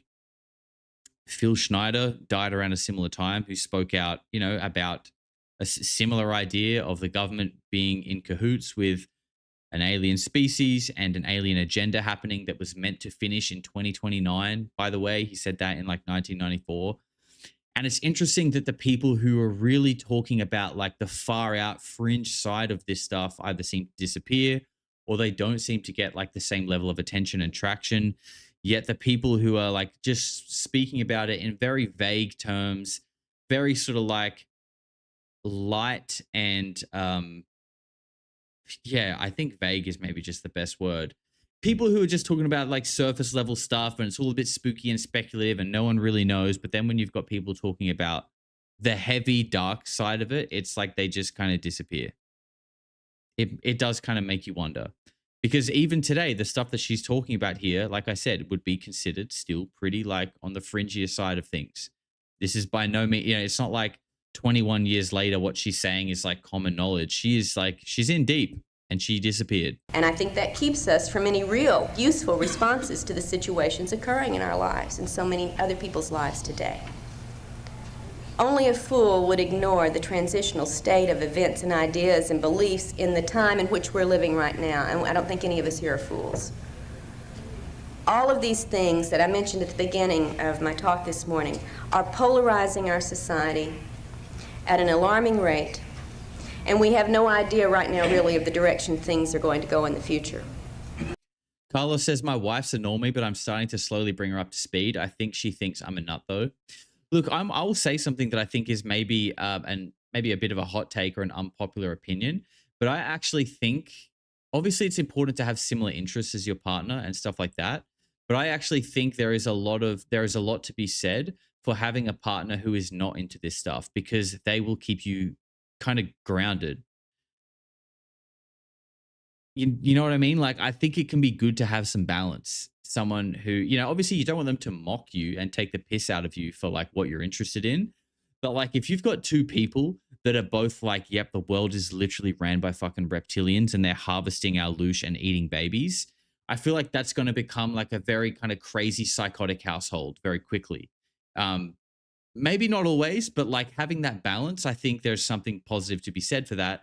So, you know, the grass may not always be greener, bro. Maybe it's good that your partner is keeping your feet on the ground. You know what I'm saying? And that's in the general society. Within ufology, theories abound and arguments rage over especially the abduction controversy. And you know, sometimes it's reached such extremes that I feel very confident this morning in predicting that we won't have the answer anytime soon if this keeps up. I don't know about that one. Look, I won't say in every case. I think I think I'm pretty deep in this stuff, and I like to think that I'm also quite grounded. So you can have two people like that for sure. But, you know, you don't want to like black pill your partner and then she just like loses her mind. Because remember, there are people out there who just like, I think are incapable of really holding this information and also remaining sane. That's probably a better way to put it. I think that's a better way to put it. Not everyone can hold it and stay grounded. It will just break some people, I think. She's really into political cable news, though. Okay, well, you do need to fix that. You do need to fix that, Carlos. Get on that, sir. Rain with $20 says, Chris Bledsoe prophecy this Easter weekend. Yes. I'm traveling on Sunday, but I'm going to be setting up in a new place on Monday. I would like to do an Easter Monday, like Bledsoe special Easter stream thing. I think that would be a lot of fun. We'll have to see what we can put together. Morven, thank you for the $2. Corrupt NPC gifted a membership. Thank you very much, Corrupt. Appreciate you, brother. Distant Haze with 2 months says, maybe the orb language just found, frequency, binary Morse code, and vibration sound is the hidden information that will be discovered.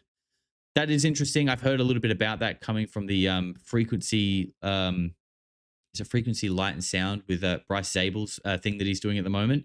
They're talking about light language, I believe. Could be a very similar thing. Thank you, Distant. Tijuana Border Jumper with $20 says, will Eleanor approach this topic from a Christian perspective and, of course, died of a fast-acting cancer? Yeah. See, there's a common theme, and it might not always be a cancer, but when you start...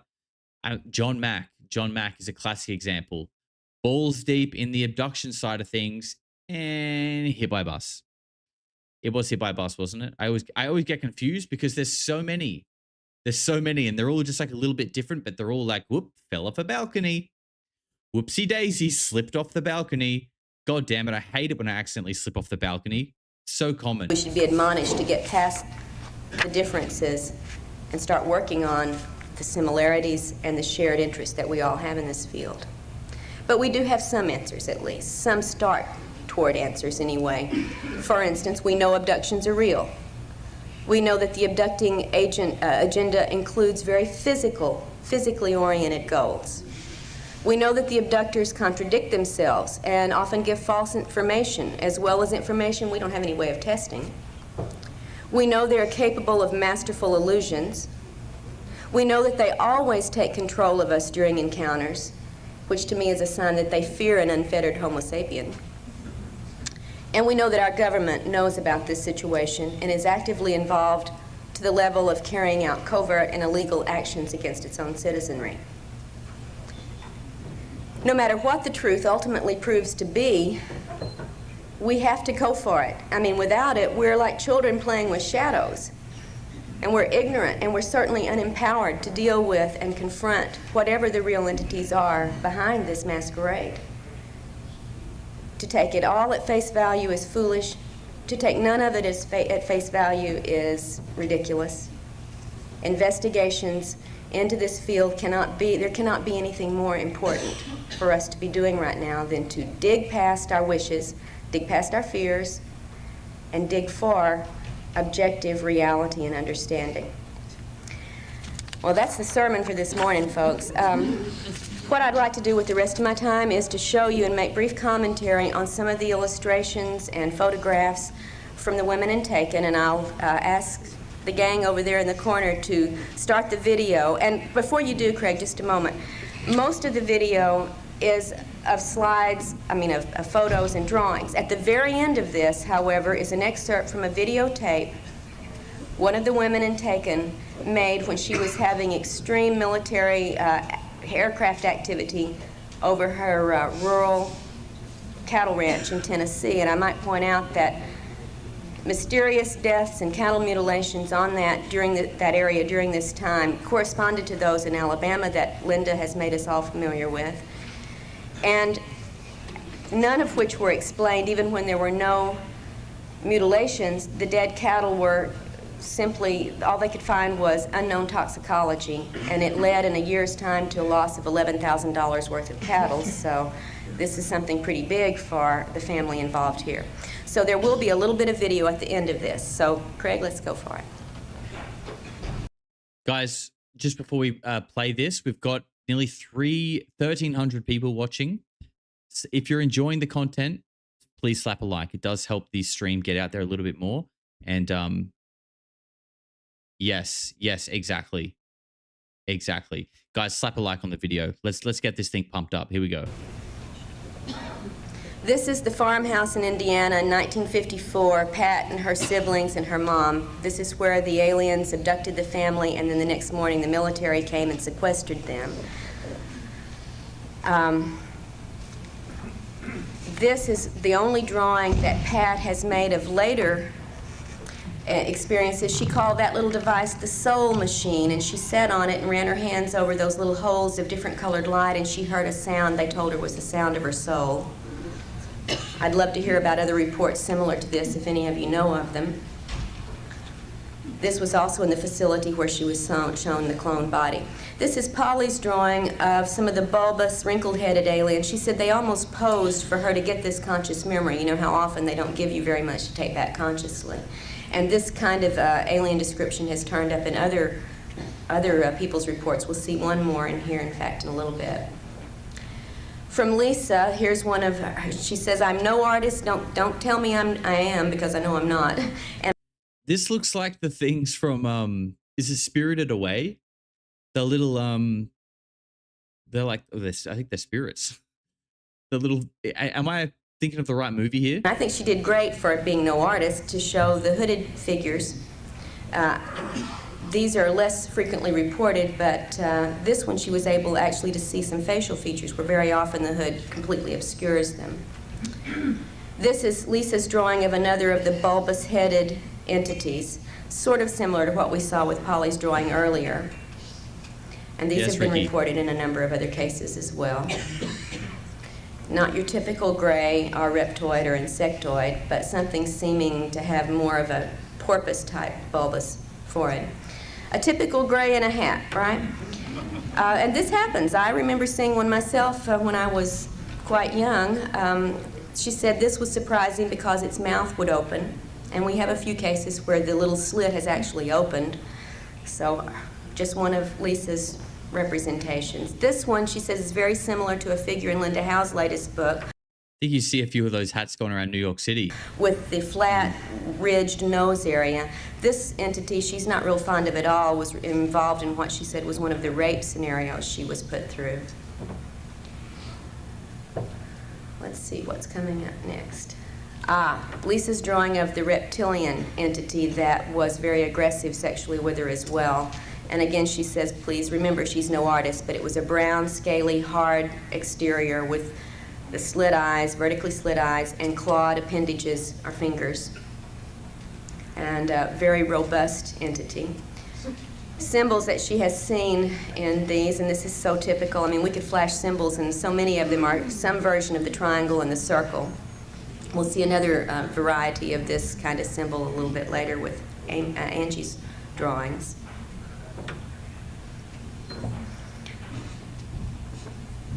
From Anita in Texas, this is a drawing of what she called the tan ones, and she makes a very big distinction between the tans and the grays. She said the grays could care less about us. They're very official or impersonal, but the tans seemed to go to a great deal of trouble to make her want to love them and to elicit love from her. She remembered at one point patting it on the face and saying, too bad it's not real.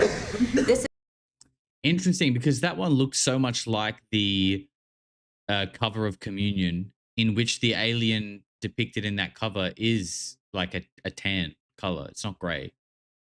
I've always sort of wondered that, because those aliens, even in the movie, they do look a bit different to like your stereotypical gray. They look similar, but there does seem to be like there is like so many different descriptions and types and species of the gray. The tans, excuse me. We should call them, I don't know, the aliens of color? I don't know. What's the politically correct term? This is the drawing from Anita's granddaughter who lives with her of what she said were the mushroom men who had come into her room one night. Oh, God, These, however, she mushroom said men. were no more than maybe 1.5 feet, 2 feet tall.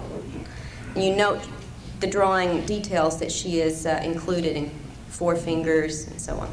Here's Beth's drawing in Puerto Rico of one of the doctors on board who dealt with her and her entire family in 1978 when they had a massive abduction. Jorge Martinez investigated a lot of this case. The off-whites? They're like a rare limited edition, the off-whites. I like it. But it's only been reported in Spanish so far, so except for what we haven't taken. This guy just looks like like a normal guy from like Ukraine or something. This guy just looks like a normal Eastern European guy that does boxing, who you just wouldn't want to like accidentally bump his shoulder as you walk past him, because he would just box you to death. Widow peak hairline, very typical reported humanoids. When Beth recalled being taken by the military to a desert area where there was an above-ground compound area, much like what Ted described, being then taken again underground through this adobe or old type structure into a room with military, where she said 2 men in astronaut suits made a presentation here in this underground room to her and a number of other military people who had her there. And she was there not by invitation but by duress. So very similar to what Ted had remembered from the mid-'80s event in Albuquerque. We don't know where these facilities might be, but you know, Kirtland's not that far away. One of Jane, also one of the women taken from Texas, one of the photographs of a UFO, Jane's entire scenario began with a number of overflights of UFOs witnessed by neighbors and relatives, and she was instructed on this day to clean her camera, get new film, and go out. They were going to be there. AJ says it's called a widow's peak, not a receding hairline. My man's getting defensive. It's okay, bro. It's all good. Don't worry. And this is one of the shots. Some of the body marks that we've talked about so many times, the triangle of punctures on Jane's arm, are typical of what most of us have had recurrently. Let's see if we can go on to some other physical marks, I believe, here. We'll see a little bit later. If not right now, I can't remember the order of these things.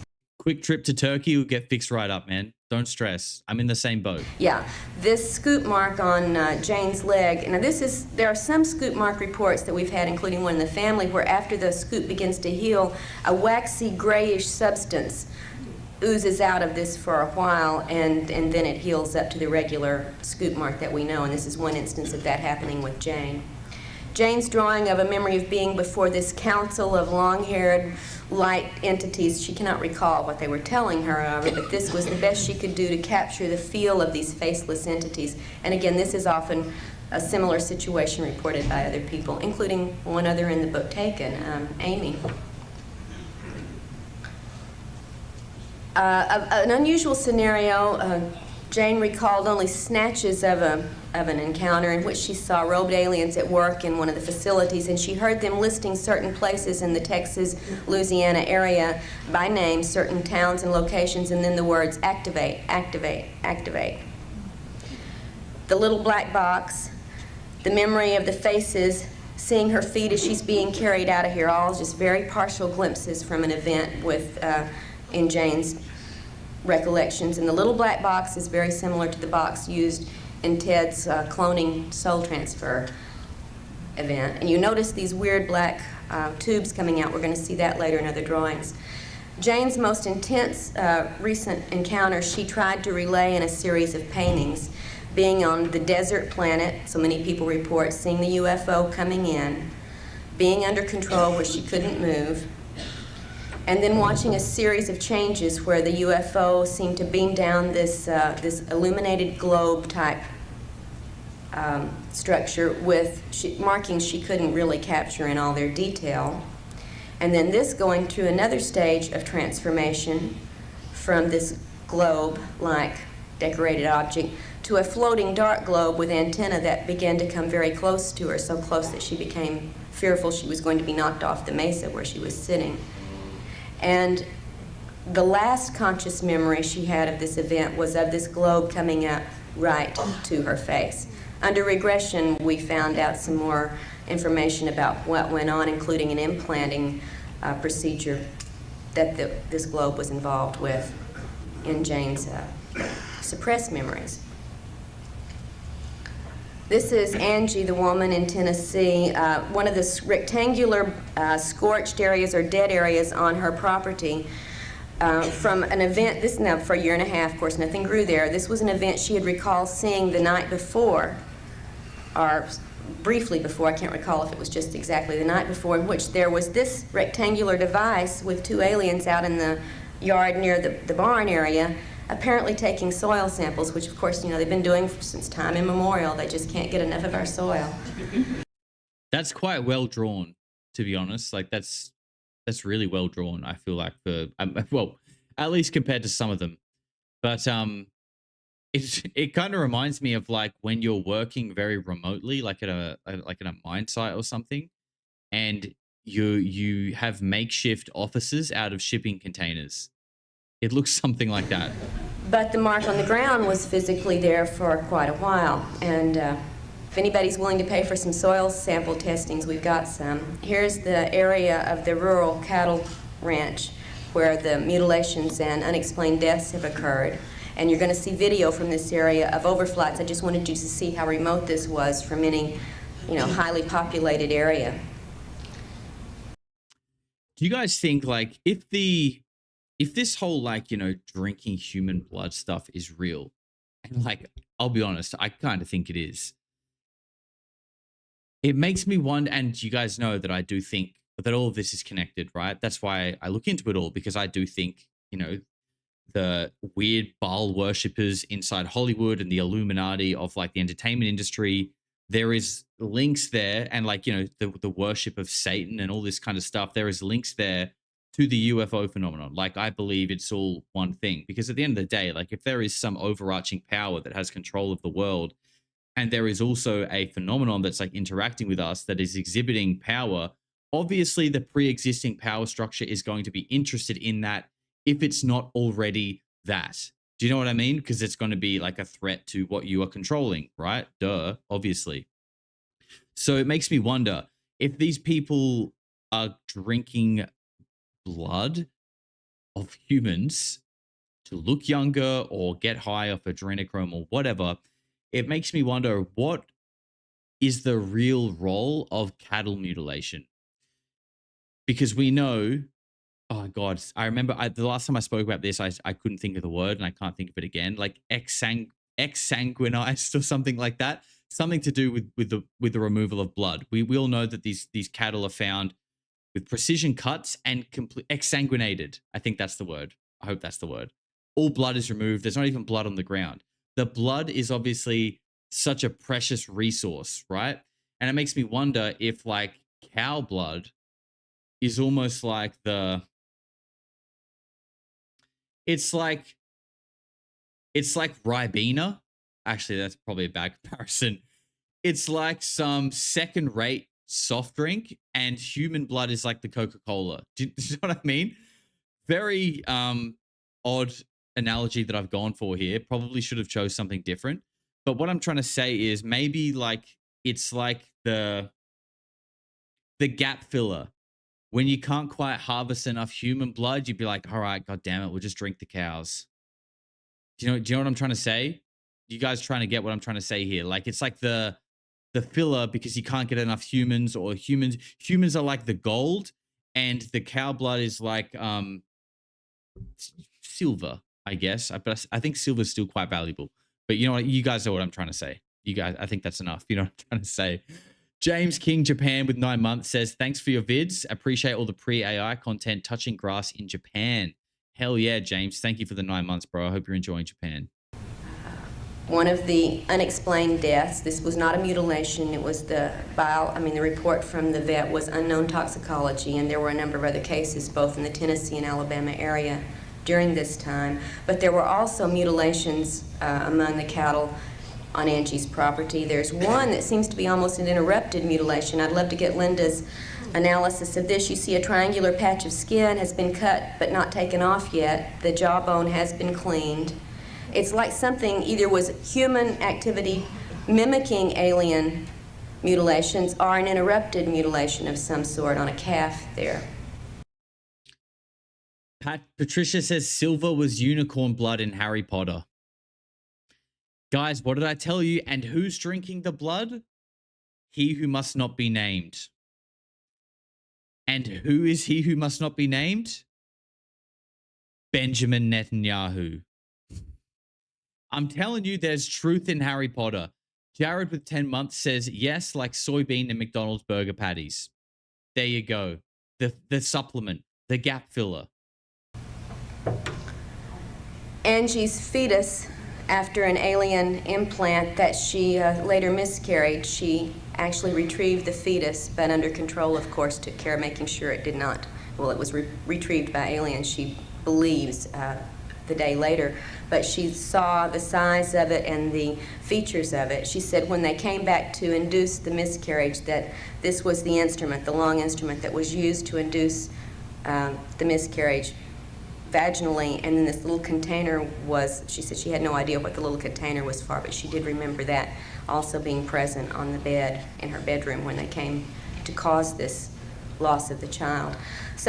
Dude, you were right about the size of his head. I know. Guys, if you haven't realized, go look at Schmet and Schmahu. Go look at a picture and a video of him. The guy looks like a theme park character who, you know, goes around posing for pictures and they're wearing those big head helmets. The guy's hiding a lizard head under there. I'm sorry, but that head is way too big, sir. If we go over a speed bump, that thing's going to start bobbling. I swear to God. Some of the marks from some of Angie's experiences, again, the sets of punctures, correlated with consciously remembered events. One of the fetal nursery representations, this is what Angie saw, and this one is included in the book, so you can read more carefully what description she has for the various things. That's a good merch idea, actually. Should we make Netanyahu bobbleheads? Very similar to what else we've heard about. Angie is an illustrator artist, so she has done a lot better with some of her recollection drawings than many others. But again, in the corner, you see the little black box with those hoses running out of it, just like Jane had seen in Texas. In fact, Angie has a number of excellent illustrations, but we could do that all day. Here's one of them, one of the suited grays, which she said rarely would she see them in clothes. This one had an outfit on. And she didn't know what the little jumble of shapes on the table was. She said, maybe it was art. I don't know. Nothing was explained to me. She also had encounters with, actually 7 different alien physical types. This one with the bumpy skin, the bumpy joints of the fingers, etc.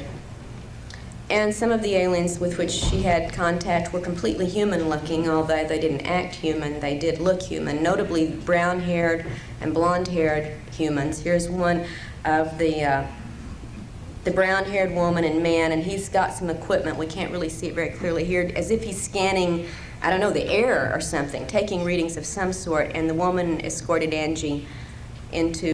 We could even make it voice activated, so when it starts bobbling, it starts going, Iran is 5 minutes away from getting a nuclear missile.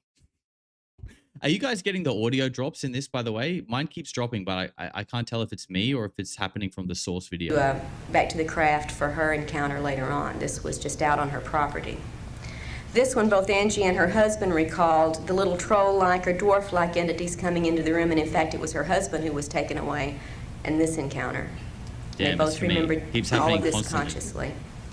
And these troll or dwarf-like entities turn up, as you'll see in the correlated chart of comparisons there in the book, with more than just Angie in the book, and with a lot of other people too. Again, we see one of the emblems. We've got the triangles. I think they show up almost every time unless we have the serpent showing up. I feel like it's a bit safer to say things like that when we're deep into a live stream, okay? I think we're safe here. This is a safe place right now, I hope. She said this was on a belt that one of the entities was wearing. Only real ones are here. Our timing is a little strange here. Okay, one of the craft that Angie recalls seeing out over the property, and I have not seen a report exactly like this one before, but wanted to include some of the anomalous drawings rather than just the typical things that we often get reports about. Another one over the area, and that's the bottom view of it. It seemed like a fiery or molten-y area, very similar to what's reported in the bottom of the Gulf Breeze crown-type craft.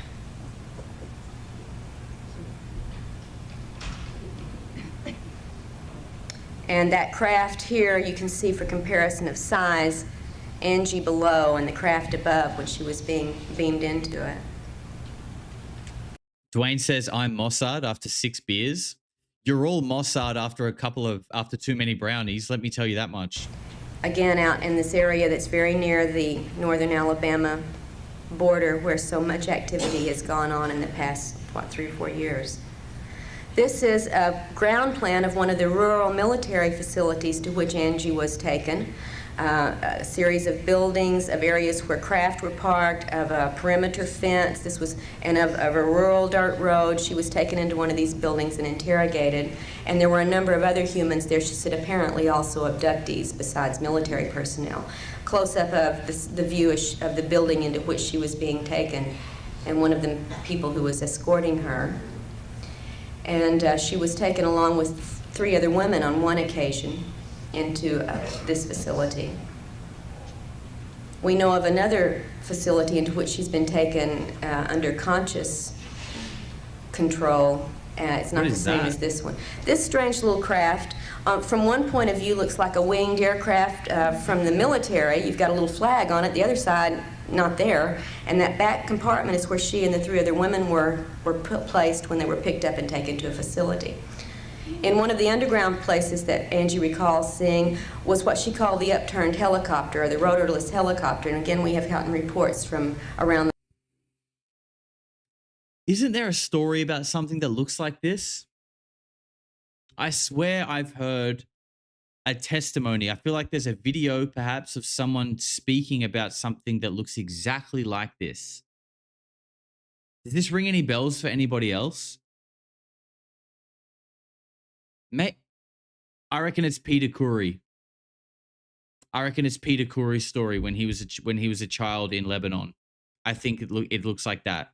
I'd have to go back and check, but I think it's Peter Khoury. The country over the, through the past of similar copter-type devices that apparently are not copters. 2 pictures. Angie was taking pictures of overflight trails, and here it just does not show up. So, but if we could look at these up close, these are taken identical, moments apart, snap, snap. And in one is a very small object that under enlargement appears to be a spacecraft. It's not there in the other one. So we need more analysis on that. Sorry. Now on to Amy in Texas. Sorry, I'm going to adjust the size here so you guys can see these pictures a little bit better, because the aspect ratio is actually like square, and I've just enlarged it for the stream. Sorry, I promise you guys haven't missed too much. This is a drawing of her conscious recollection of her first UFO sighting in Denton, Texas, in the early 1980s, and there was a missing time episode and a very confusing screen memory overlaying what she consciously recalled from this. Amy recalls being taught many things by the entities that have worked with her, including, as here with her 2 young daughters, being shown how to pass through solid objects. And since she had mastered it, now they were going on to the daughters. Of course, she can't do it when she's not with the aliens.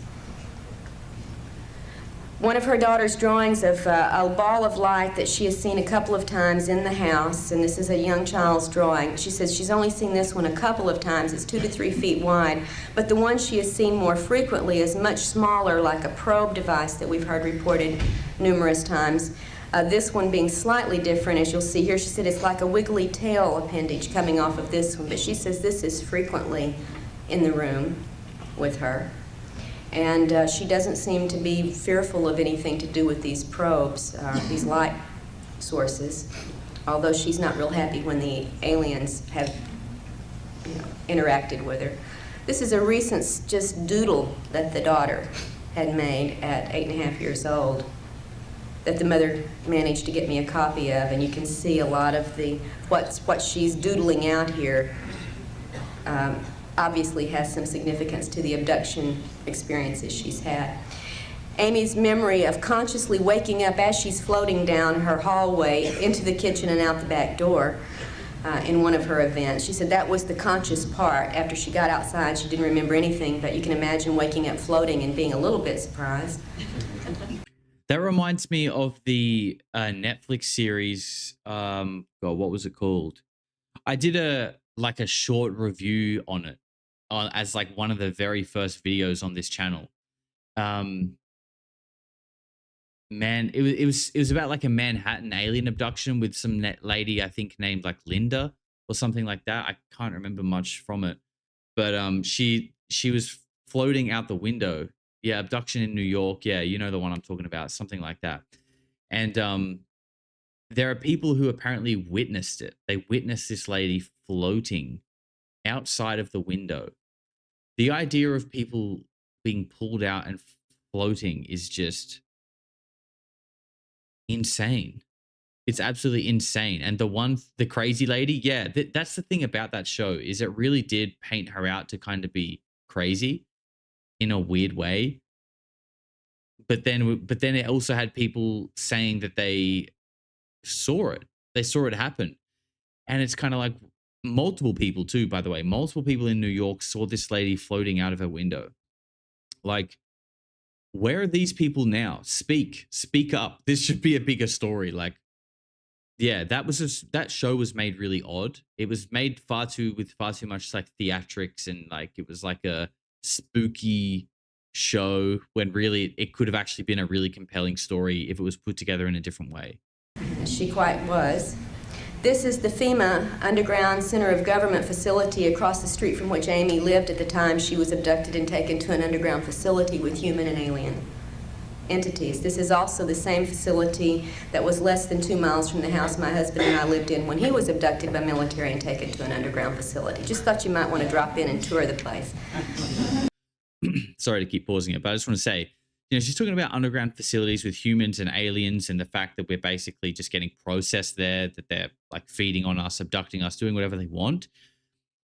And again, like I've already said, these people end up disappearing. They get taken out, they fall off balconies. When we talk about these kind of topics, can I just say that, like, if that is a reality, then it makes total sense when you hear people like, what was it? John Harrington, Department of Energy guy, crying himself to sleep for days when he's briefed in these underground bunkers. Like, as wild as this shit sounds, it completely answers the question of like this terrible truth. And like, what were his quotes? This isn't the world I thought I brought my daughters into. And people like Tom DeLonge saying, it keeps me up at night. Like it's all around us, and it makes it hard to sleep at night. As wild as this shit is, it does answer big questions that are lingering. Her screen memory began with this abduction where the alien apologized and removed the implants, with seeing what she thought was a big moon with the entities floating above them. A lot of this is from conscious recollection, and some of the drawings are also from what she gleaned through hypnosis. She recalled being in her dining room where these the non-Earth representatives, as she called them, and the human representatives first came to get her, to take her to this facility. And the men all look quite human. She said, in fact, she almost thought she recognized one of them as a political figure, but she wasn't really certain. She was told they were ex-professional pilots, military people, and so on, but when she got up close to one, she could see the vertical slit eyes and began looking at the other men and said she was aware that they had contact lens coverings over their pupils. Susie says, the more I learn, the less I want to know. I think we should put that on a t-shirt. Yeah. Yep. And without the coverings, with the coverings, they just looked, she said you couldn't tell them from your neighbors. She was told to not remember this scene, and she fought very hard to do so. The facility room into which she was taken, now the little drawing at the front of that is Amy with the female alien who was apologizing and removing the implants. She said the entity had a plastic-like mask over its face, and it's very confusing what the purpose of that might have been, because if it was to keep the eyes from having any kind of control, certainly it didn't work, because the eyes were the only thing that actually did show on her face. And we'll see that a little closer up in just a moment. I think. Yeah. Amy's drawing of the removal of the implant from the ear, which seemed to be of a malleable, flesh-colored substance, and when it was pulled out of the ear and shown to her, it disintegrated. And we have another report, Barbara Barthlick has another case report where an identical ear implant did exactly this when removed. It just broke into pieces and dissolved, disappeared. But she said when she looked at it before it changed, she could see what were embedded in it, like finely placed little wires or filaments that were in this biological-looking or flexible-looking material that was very flesh-colored.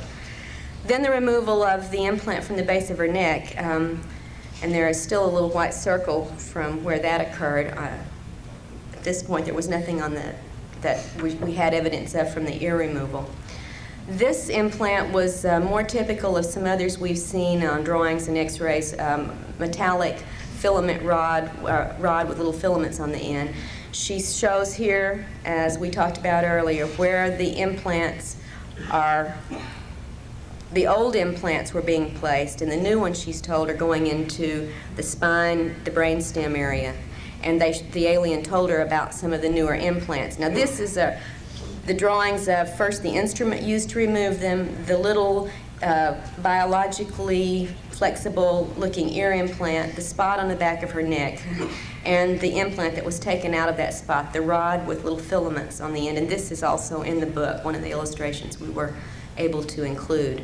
She said that she was told newer implants are being placed through an area behind and slightly below the ear and into the base stem of the brain area and the medulla oblongata.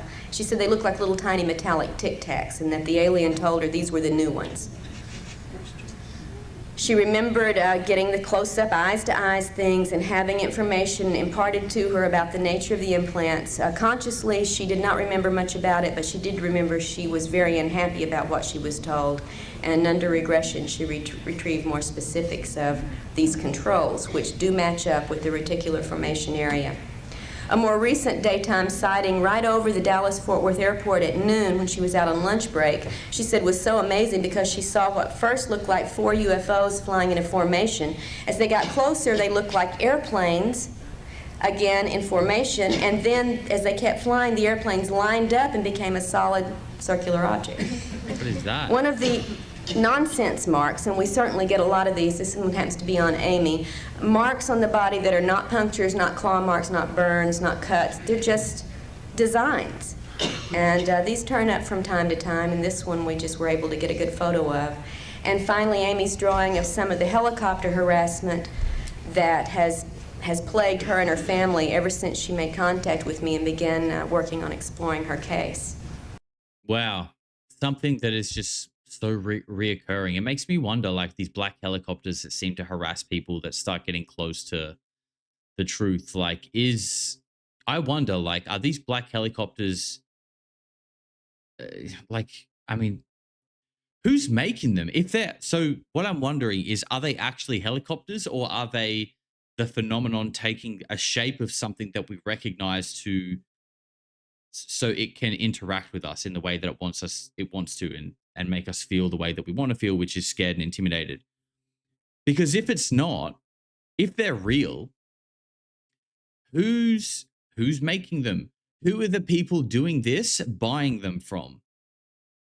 Do you know what I mean? Like, because if it's not like some like plasma shape-shifting phenomenon that's appearing as something to manipulate the psyche of people, and it's black helicopters being made at Boeing or Lockheed Martin or whatever, then what the fuck? These people are clearly implicated in this shit. Like, I feel like if that is the case, it's quite obvious that like the aerospace companies are not just like, you know, complicit or have information. It's them. Like, it's basically them. And of course, many of us, including our family, have had this over and over and over. Like, even if it's not actually Boeing themselves, if you're making these and selling them to the company doing it, you're still, what is it called? What is it called when you're like an accessory to the crime, or whatever the word is? Amy's had a lot with the helicopters. Angie's had a lot with numerous military flights. So give a listen. Complicit. Thank you very much.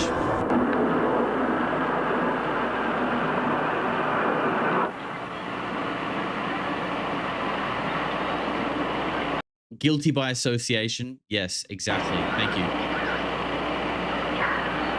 The second time it's circled.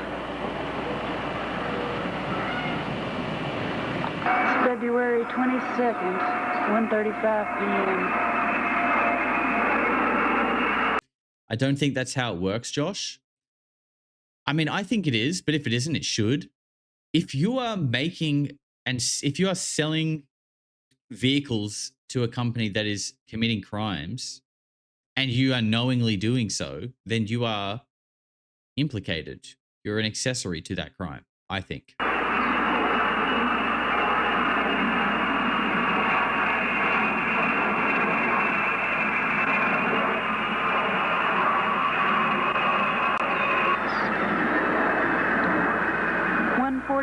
p.m., February 22nd. 10 minutes later, it's back circling. On the original, you can see some strange antenna display on these that don't show up as we've made the generation down copies. Second, 2 p.m. 15 minutes later, it's back.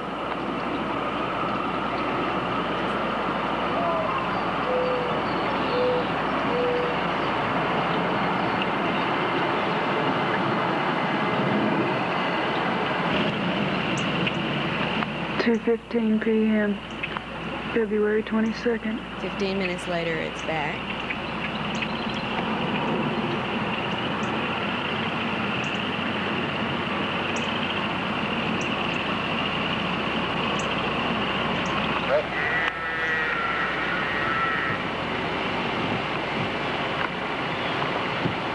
Notice this tight What could have uprooted a tree that big is beyond me.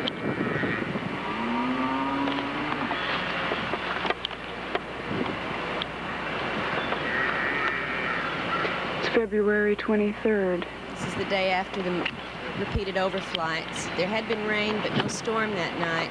If you notice, trees very close to this one are totally unscathed, except for two that have sheared off top branches and no other damage to smaller limbs around them. They are large.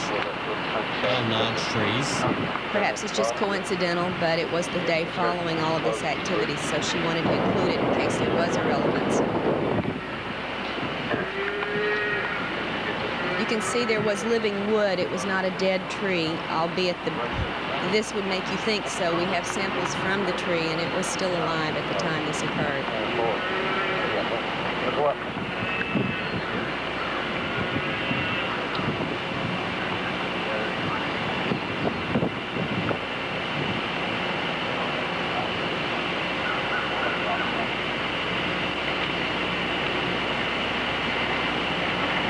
See, the tree that close to where it was uprooted is totally untouched.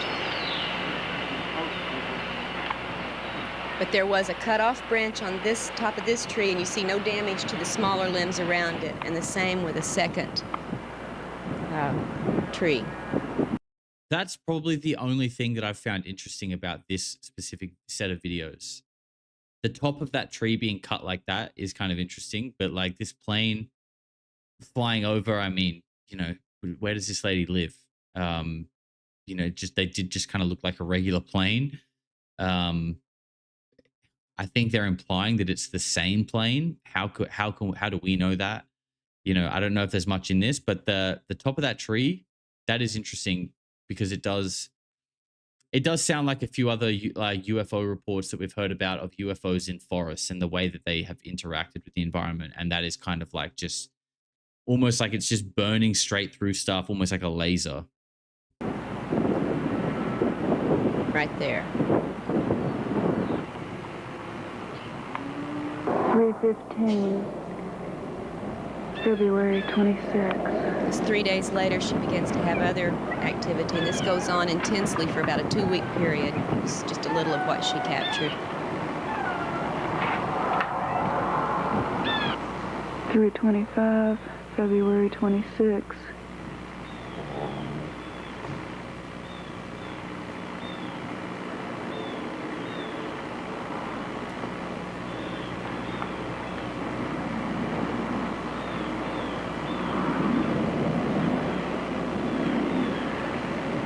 Yeah, nothing beats the 144p video. You gotta love it.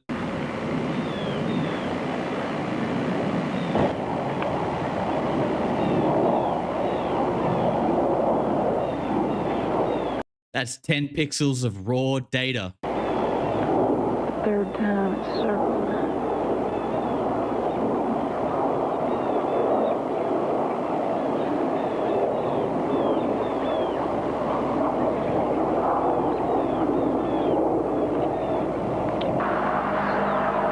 p.m.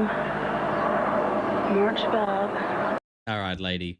I think it's time to put the camera down respectfully.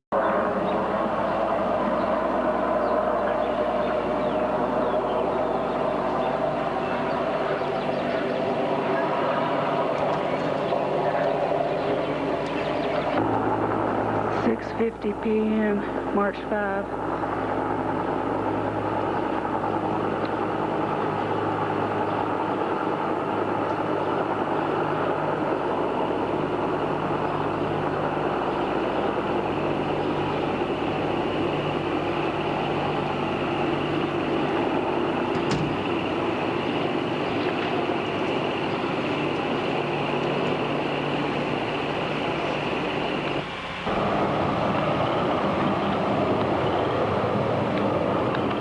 March 6, 3 p.m.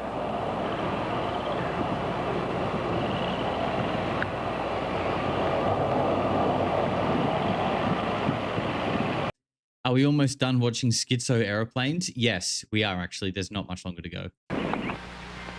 Okay, Craig, that's all. Thanks. There you go.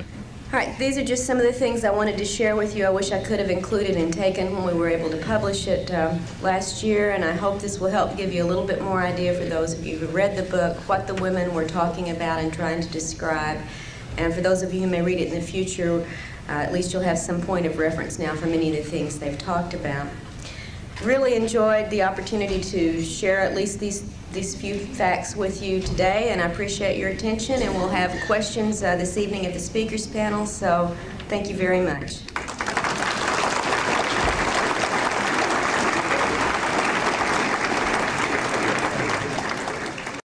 I hope you guys enjoyed that. I think her books being read in a chronological order would be a really interesting thing to do, especially her first book, which is about her own personal experience. If you guys did enjoy listening to Karla Turner, let me know, because I think there's maybe one or two more other speeches that are out there that we could check out. But like I said at the beginning, I think a lot of relevant stuff there, specifically, mostly about the fact that, you know, there is a war going on for the perception of the, not just of your mind, but like this topic, which is something that we know, but I think when you're in it day to day, it's easy to get like desensitized to perhaps like what is disinformation and what isn't. Or at least maybe a better way to put it is like your guard drops a little bit, and you perhaps take for granted the level of disinformation and the efforts that people will go to try and think about, to try and steer the way that you think in a certain direction. Winston with 5 months says, thanks, Josh. Happy Friday, weirdos. Thank you very much, Winston. I hope you have a good long Easter weekend, brother. Cheers, Josh. Definitely more in this rabbit hole. I agree. I think we can definitely pick up where we left off here. Speaking of that, though, there's actually one person that I really want to pick up where we left off. Again, the brain squirreled and we never came back to it.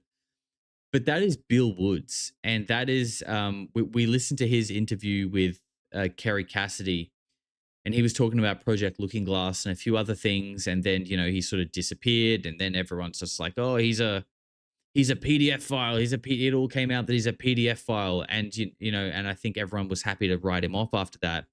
But there's actually some videos of him, after his life did get destroyed for speaking out. And he's like out in a tent speaking. And I feel like watching those videos could be a really interesting watch along. I think there's two. Because I found Bill Woods really interesting, and obviously the Project Looking Glass stuff is extremely fascinating. So I feel like that could be another avenue to dig at, but we'll see how we go. I'm moving country in a couple of days, so I won't be around. I hope you guys have a great Easter. I will be back on Monday. That's my plan anyway, which will be Monday in Australia, Sunday in the United States. And we'll be streaming from a new location. So I'm looking forward to that. I hope all of you guys have a safe Easter break. You have a fun Easter break. Get outside, touch some grass, do all of the good stuff. If you want to support the show, you can become a member. It's $5 a month. The link is below. You get access to the member section of the Discord, which is now at 126 hours of straight voice channel madness. Lots of good times to be had there. You can also support me with the QR code here. Buy me a coffee. Follow me on Instagram and all the other places, or grab yourself some merch over on the merch store. But guys, thank you just for being here. Really appreciate you all. Enjoy your Easter, eat all the chocolate, and I'll see you all very, very soon. Peace. Eventually people are going to say, what the hell is going on? No matter how far you go into the dark, when you flip, you go exactly the same place to the light in our galaxy. Everything. Because everything is in balance. Everything is a polarity. I think it's just going to get weirder and weirder and weirder, and finally it's going to be so weird that people are going to have to talk about how weird it is.